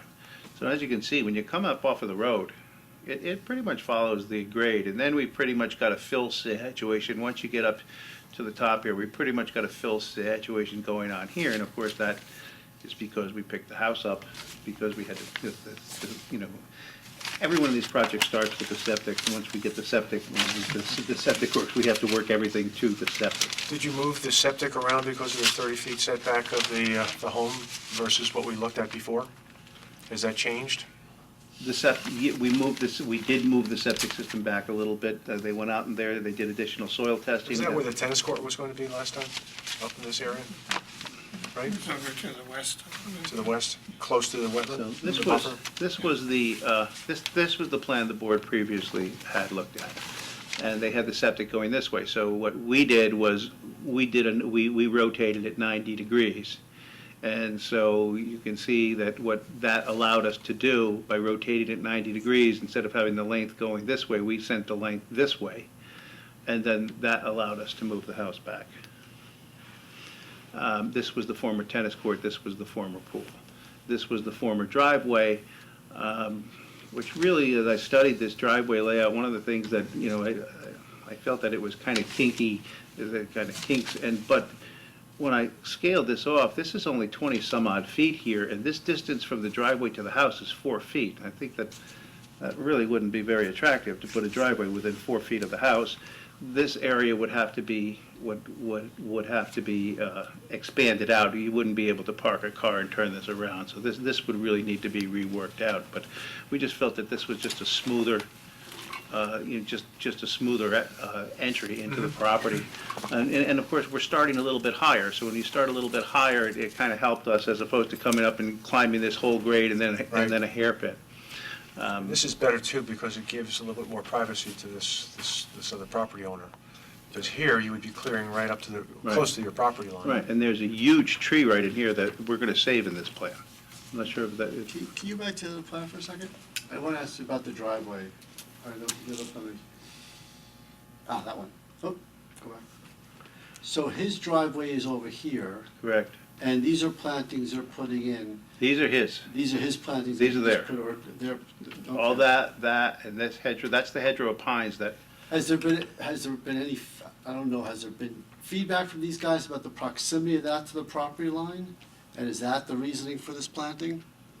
no, the reason for our planting is because we're trying to recognize that we have one close neighbor, and we're going to naturalize this area and plant it up to provide as much vegetative buffer as we can between the property. And can this shift over? Or if you shift this over, does it mess up the Coltech? And Yes. so it just Yes. kind of Yes. domino effect? Exactly, well, the next thing you know, we'll be in the buffer. Next year, be the buffer. So, and I don't think, I think we're okay for, Yeah, I was just wondering the proximity to the property line and things like that. Yeah, and his driveway's way over He's here. way So over this- there. So this is all green in this area here. We're also proposing, a traditional low stone wall with a couple of entry columns and coming in. This is a retaining wall here. This is a retaining wall. It'll have a stone parapet on it to keep cars from going over the wall, because that wall will have to be engineered because it's over 4 feet. But what it does, it allows us, if you didn't have this wall, we'd be grading way out here into the buffer. Into the buffer, so we didn't want to do that. No, we wouldn't expect that to work out well. Right. So, in terms of the site plan, I think it flows well. I think the position of the house is, in my opinion, I think it's better for the neighborhood because it's a little farther back. And, on a larger lot, I think that will actually look good. In terms of zoning compliance, everything's zoning compliant on the plan except, of course, the FAR. The FAR is over, but I also note that the previous FAR was going to be over as well, so that was going to need a variance as well. And I since have looked through the town's computer to investigate, is it unusual for applicants in the 1 acre zone to seek FAR variances? And I did find 2 or 3 examples recently where that was granted, and the common denominator is that the zoning board seems to approve those as long as it has a large lot commensurate. So if it was a 1 acre lot and you had a big house, that might not fly, but when you have a lot that's 4 times the minimum size, I think the zoning board felt that that would not affect the character of the neighborhood. How much greater would the variance be this time versus? Less. Yeah, it got smaller, didn't it? Less. It's less than the Less. one last time. Do we know how much it got smaller? Yeah. 4,000 feet, right? Something like that? Because what I thought it was happened, 12 and shit, yeah, okay. because Dr. Singh has been working with his architect, and they realized they didn't need basement space. They need basement space for a small portion for the mechanical stuff, and that's it. Whereas the previous house had a full basement, which most of these houses in the neighborhood do. So, we have a chart here, and I know that's hard to read, so I'm going to read it here. The first column is the lot area. Of course, the lot area is 4.65 acres in both cases. The next column is the FAR. The FAR, the allowable in the 1 acre zone, is 7,320 square feet.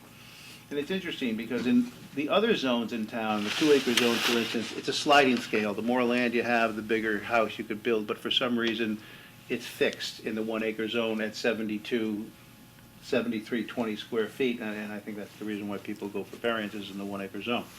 But previously, the previous house, we've estimated it was 10,000, the FAR, so the permitted by code is 7,320, the FAR for the TAVO plan was 10,448, and at this time it's 9,378, so it's about 1,100 square feet less than what was on the Tabo plan.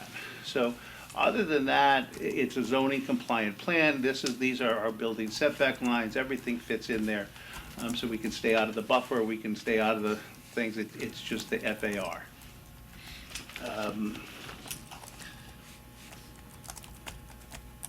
We did our standard erosion control plan, and of course, there would be, silt fences all the way on the downside. There would be, construction tracking pads. Anytime we create a new slope, that's 1 on 3 or more, we put slope netting on it, so it gets seeded and graded, seeded, and covered immediately. We put core logs, which are very dense coconut fiber logs. We put those on top of the slopes. That diverts the runoff coming down and gives these things a chance to get established.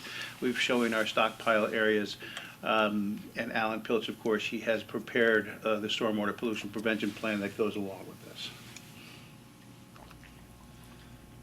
So this was our tree removal plan. Most of the tree removals coming out is really back here. It's for the septic area. This is the wooded portion of the lot here, whereas this was previously developed, and this is kind of a wet meadow area here with not a lot of trees. So most of the trees, there are some trees that have to come out for the house, and we do have some trees in here, and there are some trees. You can see these red X's here, but these are the spruce trees by the road that are in just terrible shape. So most of them. For you. They showed up. Oh, hi, Alan. So I will let Alan carry on as soon as I finish. So, we've determined that we've got, based on what's here, we've got to plant about 80 trees or so, 85 trees. And what we did on the site plan was,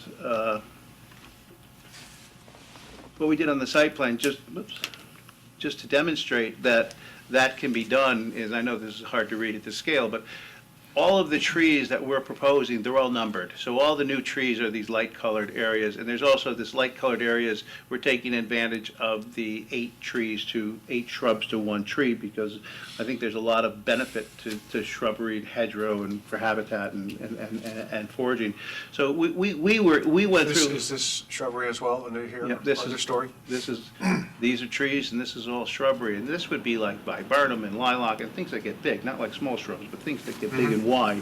So it will really grow into a dense hedgerow, and I think it'll look naturalistic too, because it'll be in front of the evergreen, so we just don't have a monolithic wall of evergreen, and it'll be nice because it'll step up. So I do think that once this grows in, we can provide a very nice vegetative buffer along with this 6-foot solid fence that this neighbor will really be protected. So, I think it's easy, we can easily get the required number of trees on it.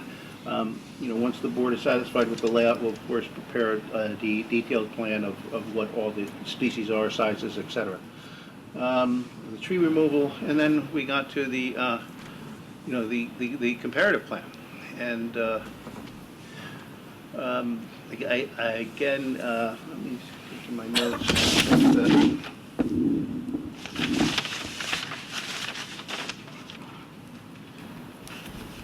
So, proposed site plan changes, just quickly to summarize, no longer a pool or a tennis court. The house has increased in size to accommodate Dr. Sting's extended family. Building coverage has increased from 4,800 to 6,413. Development coverage decreased from 20,487 to 16,731, principally by removing the tennis court. FAR has decreased from 10,448 to 9,378. The actual site disturbance has gone down from 86,802 to 72,445, once again by taking out that tennis court. Tree removals went up from 52 to 62. Driveway approach has been modified. House has been shifted in by about 30 feet.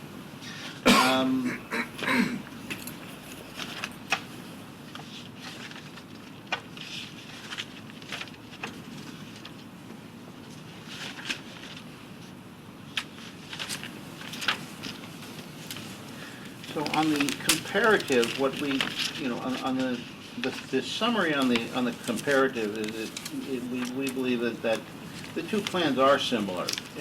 We think they are similar in many respects.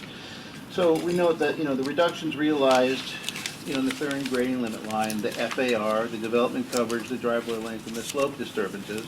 And we note that the slight increases are in building coverage, driveway area, house footprint, and wetland buffer disturbance and tree removals. So that's kind of the summary of the, of the site planning. Dr. Singh did have his architect provide architectural plans. I think the board had a chance to look through them. We realize we have to go to the architectural review board. We realize we have to go to the zoning board, and when this board feels comfortable referring us, we're happy to go. I don't know at what point we want to do that. But we provided elevations of the structure. This would be the new plat map. And this brings us to the engineering. And Alan, would you like to explain what you did?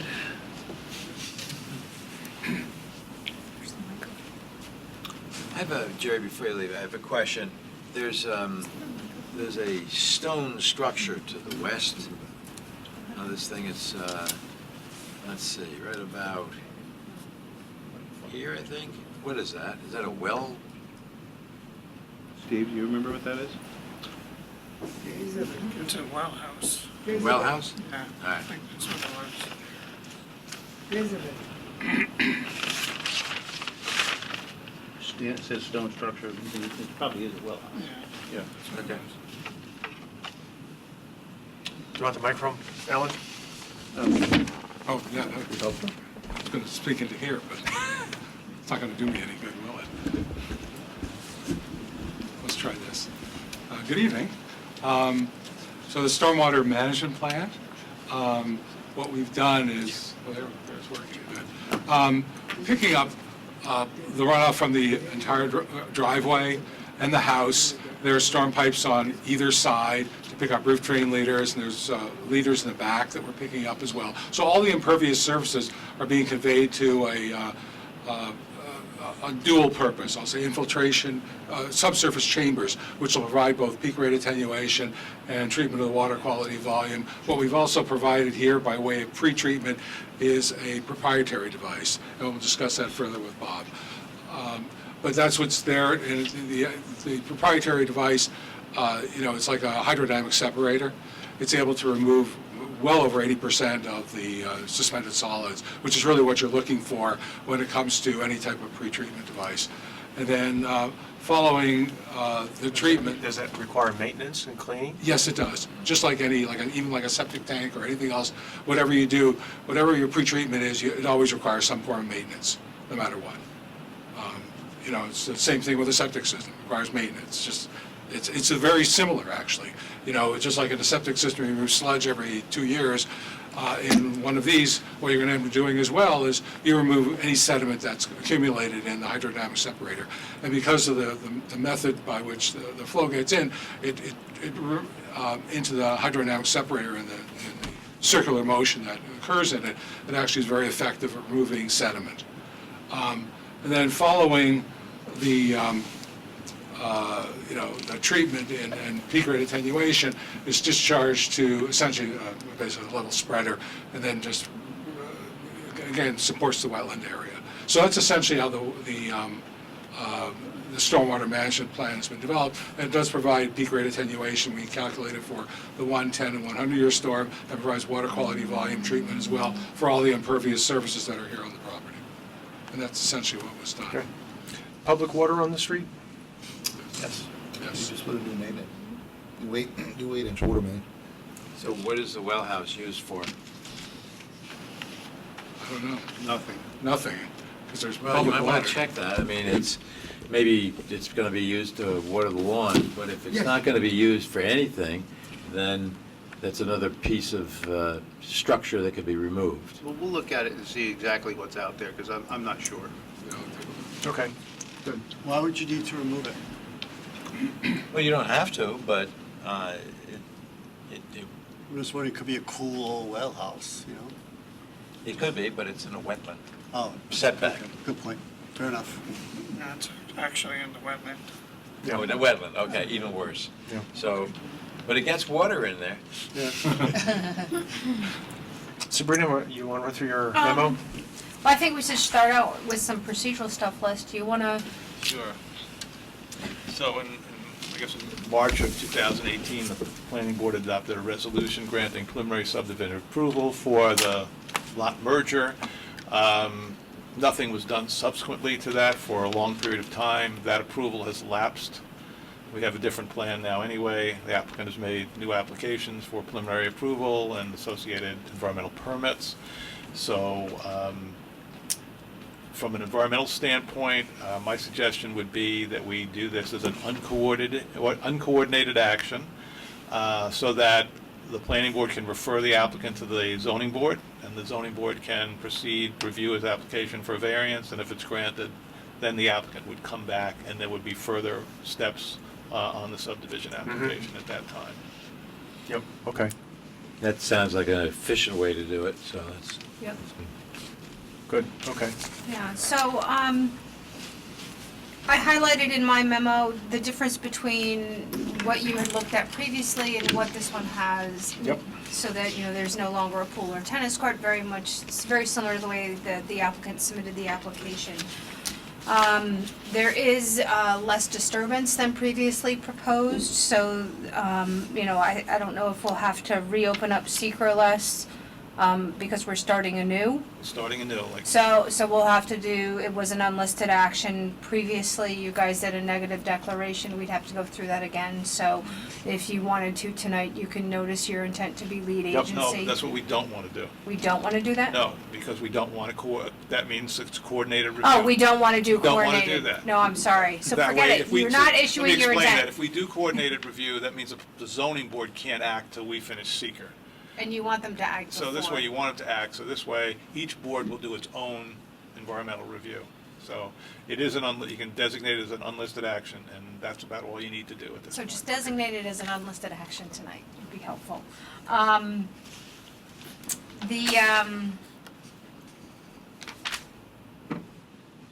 So the applicant has pointed out that they need an FAR, a variance for the floor area. As the applicant presented, the last plan that you looked at was also over in floor area.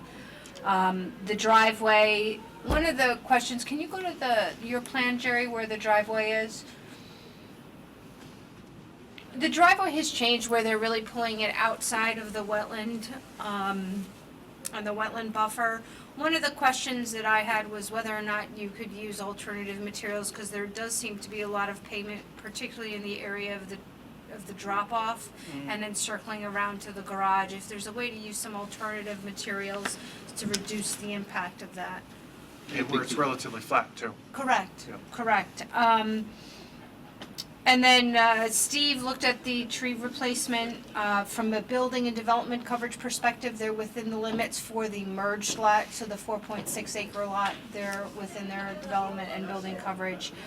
And then comment that the surveyor should incorporate the clearing and grading limit line on the subdivision plan. Okay, good.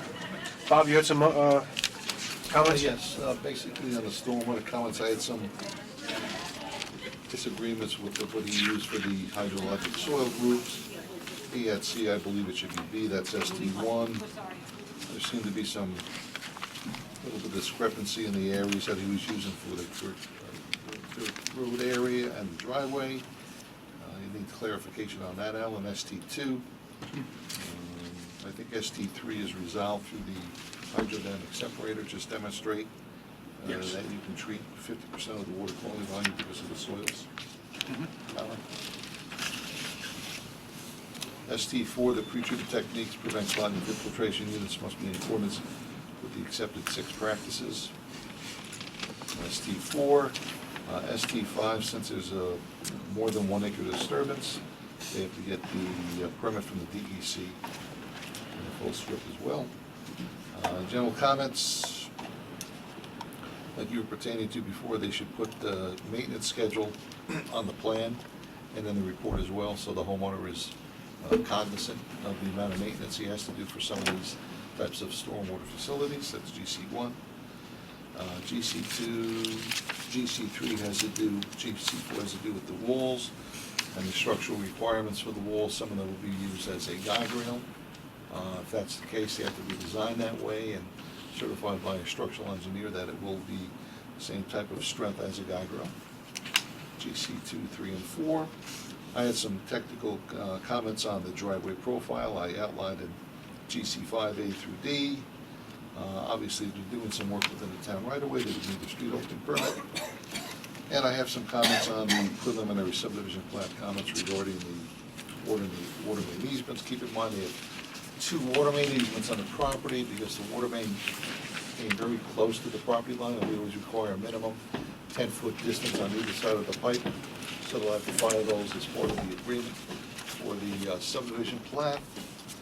And I just had some minor comments on the title for the subdivision plat itself. And SB 3, they put new text left on the plat, and they should just label it as I have shown on here, just for clarity for the subdivision plat itself. Along the same lines, SB 4, it's the same type, just for clarity, so there's no confusion on exactly what's going on with the plat and the lots. Bob, the water main easement you're referring to, is this? Yes, there's 2 easements, there's That? one. That it? That the No, other no. I can't really see, but I can know where they are. There's one here. Oh, I see and him. one Yeah, I here. see him. And Okay. the reason we needed that, when they put it in, we had to keep it away from drainage, so it's very close to the property line, so you always need 10 feet for the spoils and the excavation of it, so they have to get easements for those 2 areas. Those could be conditions of the resolution. They have to be filed with the town, looked at by town council, and approved by the town board. And that's it. Okay. Steve, did you have any comments? I think Jerry's covered them pretty well, but, the wetland disturbance is pretty minimal. It's for removing the gravel driveway. Right. It's very temporary, it's a wetland or just a buffer? It's buffer disturbance, there's no direct wetland disturbance. And that, so what they would need to do is just submit a mitigation plan for, the disturbance. It's less than, it's roughly just over 4,000 square feet total, disturbance. And it can easily be fixed. Right. That's the Right. whole idea. It's going to be better than it was. Yeah, and the nice thing is that wetland is a nice emergent type wetland. It's more of a wet meadow, and so the mitigation I would prefer to see, stay in that kind of vein to encourage that type of habitat.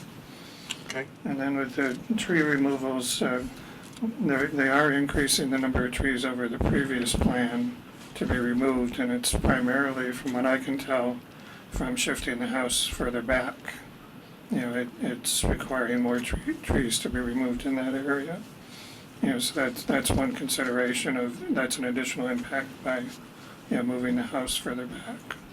I mean, you need to balance that with all the other factors, but that's appears to be one of the reasons why there's more tree removal. How far does a tree have to be away from the edge of the septic? 10 feet. 10 feet. Health Department requires 10 feet. Yeah. So there's a couple trees back there that might be saved, given Yeah, I think the potential is to. 8 feet save a away. couple. I mean, why Yeah. take them down? Just Yeah, because they're doing 3 feet of Yeah, fill. move the septic. Yeah, if they're doing 3 feet of fill, they're gonna need to do some kind of tree well or, That's something right. to And, provide. well, they can taper protection. it too. Yeah. But We have pretty good access from the driveway in the event that we ever need expansion. Future. So can we press the county to perhaps waive the development of the Well, the expansion county, area? the county will look at it after you issue a BP, and they'll make a determination on their own. I mean, we can't influence them on that, but they make the call based on the amount of fill that's needed for the expansion area as well, because they don't want the person to buy the house and they'll find out the septic system fails in 15, 20 years, and they have this great expense to get all this added fill in. So they do make the call on their own, they're the authority for it. Yep. But all they can do is apply for it after the BP is issued, and hope for the best. But is it? That's this procedure, though. But if you Well, do they that, flip-flop it, wouldn't it? Yeah, flip-flop. I well, mean, you could flip-flop it and put this back there and then have this, I guess, the Do we normal. know why the primary. Michael did it that way, though? Hmm? Do we know why Michael did it that way? Was there a reason? I'll check with him. I'm not sure, but, I mean, we're happy to put together a concept of how that might work. And, and if Dr. Singh's amenable to it, we'll certainly, inquire if the health department would be, you know, again, it's gonna be how do you stop that fill? How do you stop Yep. how do you stop three Did you have to feet? bring in the fill because the county, usually they require you to bring in the runner bank? Well, based on Michael's soil testing, it was That's gonna the require. only way you bring in the material, but they don't let you fill it if it's good soil. No, I They're think not he gonna let you needed bring it. in 3 feet. He That was needed because it. of the runner bank. Yeah, he For needed the it. septic system Yeah, testing. I think he had, I don't think groundwater was an issue, I think rock. Right. In this position, because I don't think we had rock before, did we? Yeah, no, for We some didn't have to reason bring it- in fill for last some time reason we it didn't show approved. the fill. No, he had fill last time. Did he? Yeah, yes. Oh, that septic system on the last design? Yes. You do need Remember, some, you need positioned 5 it foot. up in the same Come corner. on, Just water. rotated. Yeah. All we did Maybe- was maybe it less rotate fill it, it's because the it was same up area, there. but no, he definitely had filled the last time. Mm-hmm. In fact, I can't remember in recent years any septic system that I've worked on in this town that didn't require fill. Bedrock-controlled landscape. And conceptually, with the tree replacement, they're able to meet the criteria and, and satisfy it with the planting plan. The only thing I would have you look at, Jerry, is the criteria in chapter 121, in terms of the percentage of, canopy trees and understory trees, and make sure that that's included in the mix. And Okay. I think the amount of shrub use is terrific to see that. Yep. As one of the, part of the planting plan. Good. So- And then they will need to do a and the code requires, in this case, a 5-year monitoring and maintenance. And, they are adding approximately 85 trees, which is pretty substantial for, a single-family residence. So the question is whether you feel the 5-year is adequate or not. Okay. We can discuss that. You have a point. I have a question, I'm not sure for who. Let me think about it if I want to.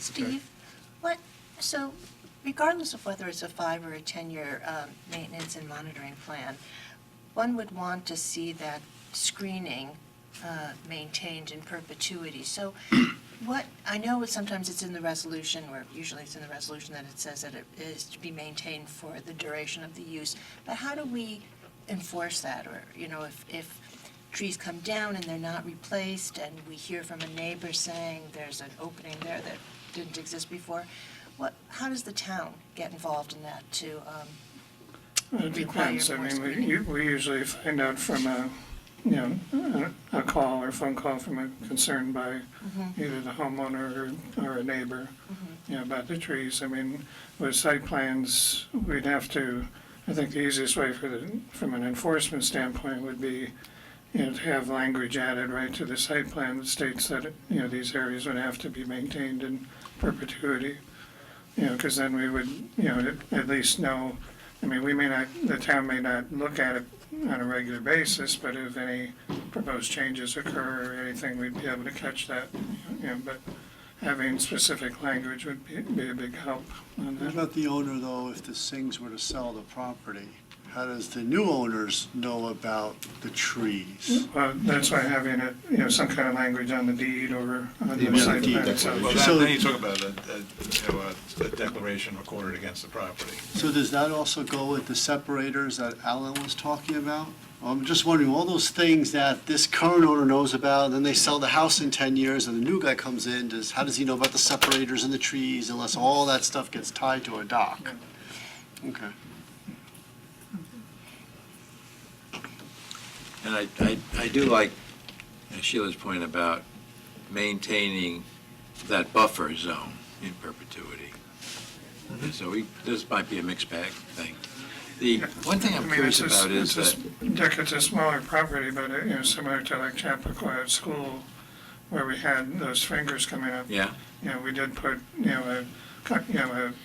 a restriction on those areas with actual monuments. I mean, that's another, strategy you could do is actually, demarcate it so that it, it would be clear yes, for the future as well. Ron's lawnmower won't chop down the shrubs that someone We doesn't. can certainly The have that. fence was in there, was that also where the fence was? Your green painted fence in the area? No, the green back? painted fence is right on the property line. And is that Well, what it's you were the talking about, Sheila? Fence, and No. then the plant. The fence is good because that creates the demarcation and also prevents light spillage. But for the bulk of the house, because it's a very large house, you really need those tall trees as screening.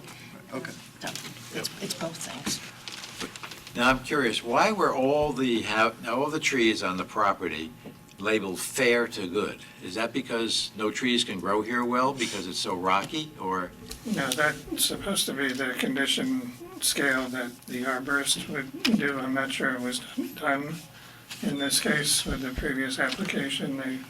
The engineer, I think, did the assessment. I think we inherited, And they we just, inherited some of They this. just arbitrarily said they were all fair and good. You know.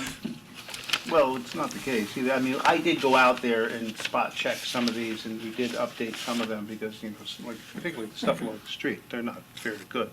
They're downright bad. But there were others that. It's not a category. Poor. Poor. But we could certainly go and you know, and we could reassess that. Yeah, that would be helpful. But most of the trees in the wooded area are generally fairly good. It's the stuff where it was in the front, where it was previously, where the previous home was, and it's the stuff in here that's pretty bad. The stuff back here, because it's a woodland, is okay. Well, good. Was And the previous, that clarification would be helpful. Was the previous septic in here in the front where the old house was? Good question. I'll have to ask Michael.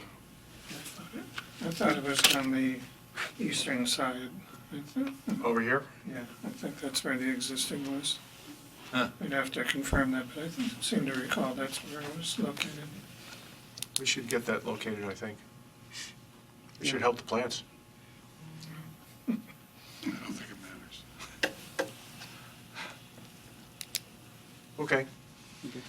Do we have any comments? I know there's some members of the public who might be interested in this. Do you have any questions? Yes, sir, come on up. Yeah, just keep in mind, please come up, but please keep in mind that this is a courtesy, because this is an informal meeting, and we don't have to do this. And so if anybody else has comments, we would appreciate they don't repeat the comments the gentleman's going to make. I think the last time I was before you folks was 3 years ago when Tavalachi was up here with his proposal. Can you state your name, please? Greg Otland, I'm at 1 Heathcote Drive. I'm to the left on 117. I've been there for 17 years. My interest is a couple of things. First of all, I'm on the other side of the pond, so I view directly to where the O'Neill's house used to be. And there is a fair amount of what's been designated as I guess, wetlands.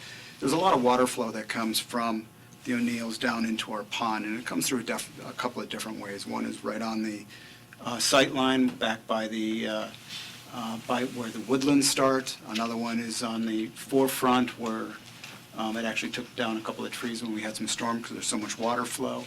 And then also on the street, there's actually a pipe that rolls into the stream that rolls away from the pond on our property and goes back under 1 Heathcote. So there's a pipe in there right now that serves as some drainage to the area. But one of the things about this is that what was there now is a gravel driveway, and what's going to be replaced is a tar driveway. So I don't know what the surface area difference of that is, but what we do know is that it's going to facilitate a lot more water runoff. And what I'm worried about is, particularly since we've been getting a lot more wet in the last few years, the amount of water flow that comes off it is significant. And I would just appreciate if some thought was put in, how is this drainage actually going to work? Because if we're going to be increasing the driveway size and it's going to be tarred, it's going to have very different ramifications for the water drainage in that area. And so all of the area that's affected, including the trees and everything else as a result of that, part of it has washed away because there has been so much water flow there. So I know it's designated as a wetlands, but when water comes down, it has nowhere to go because it's all sloped in the back, and it all flows into the pond. So everything on my property, which is just borders on the other side of the pond, is completely washed out, and when it gets bad, it starts flowing into the streams and a lot of other things. So I have no idea what the increased size of the driveway is going to do to this, but I do know that currently, for what was a gravel driveway, it's pretty significant. So I would just ask that a special dispensation would be given to that. Well, I think that some of the things I've heard tonight, that special interest is being given to it. With the subterranean operation that they have down at the base of the driveway, that will capture a lot of the water and then let it percolate back into the ground at a slower rate, because it'll be in an underground culvert, which has airspace, which will become water space when it rains. And So I think the applicant, also to Dick's point, will have to show and demonstrate that there will not be any increased water flow off of the property, that they must keep it on their property, treat it on their property. So that's going to be the challenge for their engineer and for Bob to confirm. And then we do it for various measurements, certain kinds of storms, and I think our standard is up to 100-year storms, which is like a 9-month storm these days, but, that's what our standard is. So that's the charge that the applicant has, and he's going to have to demonstrate that to Bob's satisfaction. And so your point's well taken. It's a major concern for us. So they do check when it's a gravel driveway and then it goes to a Oh, yeah. tar driveway. Yeah, it's all part, oh, yeah. Yeah. And that's what this whole area was that we were talking about before. Yeah, that's it. That hatched area is underground Coltech and chambers that will treat the water and hold the water, and Right. What we do is we model the existing condition and future condition. Alan, you just speak into the microphone, Sure. I'm sorry. We model the existing and future conditions, and we do a comparison between the two. And we model, the existing conditions, taking in the land cover types, what's there, like gravel driveways or woods or whatever it is. And then the future condition, whether it's paved or an impervious roof or whatever it is, we take that all into account and develop the model, and it's reviewed very carefully, by the town engineer. And, does a very detailed analysis of it. That's essentially what's done. Yeah, terrific. I just want to point out, it's one of the beautiful areas of the block because of the pond and the waterfall and the stream. And it gets flushed out real quick when water comes in because it's coming in from all different areas. Yep. So if we increase it from one area, it's going to get pretty ugly around there. good. Thank you very much. Anyone else wish to speak or ask any questions? Alan, I think that when you do the evaluation, that you might have to give a little extra consideration and try and add some other things, like I think Sabrina mentioned, well, can we get, different kind of Right. pavement material up at the top on the flatlands, and see how that goes, but if there's no percolation there, well, then is it really gonna help? And Well, you'd have to do soil testing, Yeah. tests and percolation rates to see if it's even feasible. Yeah, exactly. You can even So- put it in, or else it's a waste of time and money. Because I can appreciate the gentleman's point, because I get a whole ton of water that comes down off the road and then onto my property. And I didn't used to have a wetland. You think maybe I did, but I know. But so it's in. I mean, it might be simpler just to, I think Greg made that point before, just to put a circular area in there where it's grassed. Mhm. We don't have a problem with that. Yep. And Excuse we'll look at impervious or pervious paving in the parking court. Yeah. Well, if you could have a circular area in there, like Greg said, or just have it grass and planters, it's a lot easier to go, because then you don't have to worry about, first, you have less material, less cost. Yep. And if you want to put pervious pavers in there, you're going to have to do testing, which is going to add time and money and effort to the project, so it's up to you, depending on what you No, want. I think the grass in the island is a good idea. I'm suggesting at the parking court by the garages, we may be able to do something there, to Sabrina's point, to try to add some pervious paving in that area. You got to keep it so many feet away from the septic areas, though.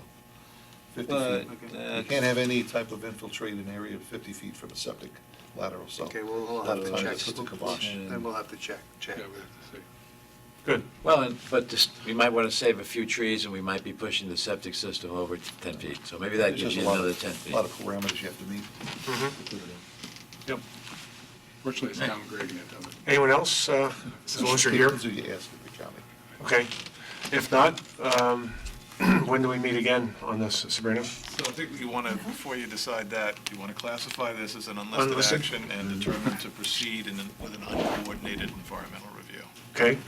Is there a motion accordingly? So moved. Second? Second. All in favor? Aye. Thank you, Les. And I think they're looking for a referral to the zoning board, which I think is appropriate. So would they go to the zoning board before, and get an answer before they came back to us next? Well, I would recommend not having a public hearing before they get the answer. If you wanted to see some further progress on this, you could, but that's the way I would I think differentiate. that in this case, it's sufficient because you don't have to wait for a more complete set. CBA can look at it, give opinions, don't go beyond this or whatever, type of thing. Now, you sent a memo to the ZBA back in 2018 On this application? on this application. Ha. The prior iteration. Put that one out again, huh? Yeah, let's It's see. like a Cioli memo. Maybe there's whole paragraphs, whole paragraphs that we can. You want me to read it to you? It's That's like torture, okay, two fine. paragraphs. We have a trust level here, it's The okay. planning board has been reviewing an application for final subdivision plat, wetlands permit, tree removal permit, and stormwater pollution prevention plan approval for the property located at 35 East Coast Lane. The planning board approval of the applicant's application is subject to the applicant obtaining an FAR variance from the ZBA, and then you have the details of what the required is and what the request is. If the ZBA considers this FAR variance favorably, the planning board would like to recommend that the ZBA condition any approval of the FAR variance with a restriction stating that no further subdivision of the oversized lot shall occur in the future without planning board approval, and that a deed restriction prohibiting future subdivision shall be filed on the subject property. Excellent. So we can update that memo. Just change the date Yeah. and the number. If you'd like to approve that memo with really- updated information Really and. timeless work we do up here, isn't it? Do you need a motion for I that? do need a motion, yes, And then they would need a motion to go to, the recommendation from you to go Right. seek the variance. Okay. I think that would be good. Is there such a motion? So moved. Second. All in favor? Aye. And Okay. to send them off, do we need another motion? Yes, to recommend Recommend that they, yeah. to the zoning. Yes. Okay. So moved. Second? Second. All All in favor? Aye. Aye. I need all the help. Okay. So we'll hear back from you when you have something to report. We will try to get to the zoning board in September and back to this board in October. Okay, great. Okay, thank you very much. Okay, very good. Thank you. I think that does it for this evening's activities. Is there a motion to close the meeting? So moved. Second? Second. All in favor? Aye.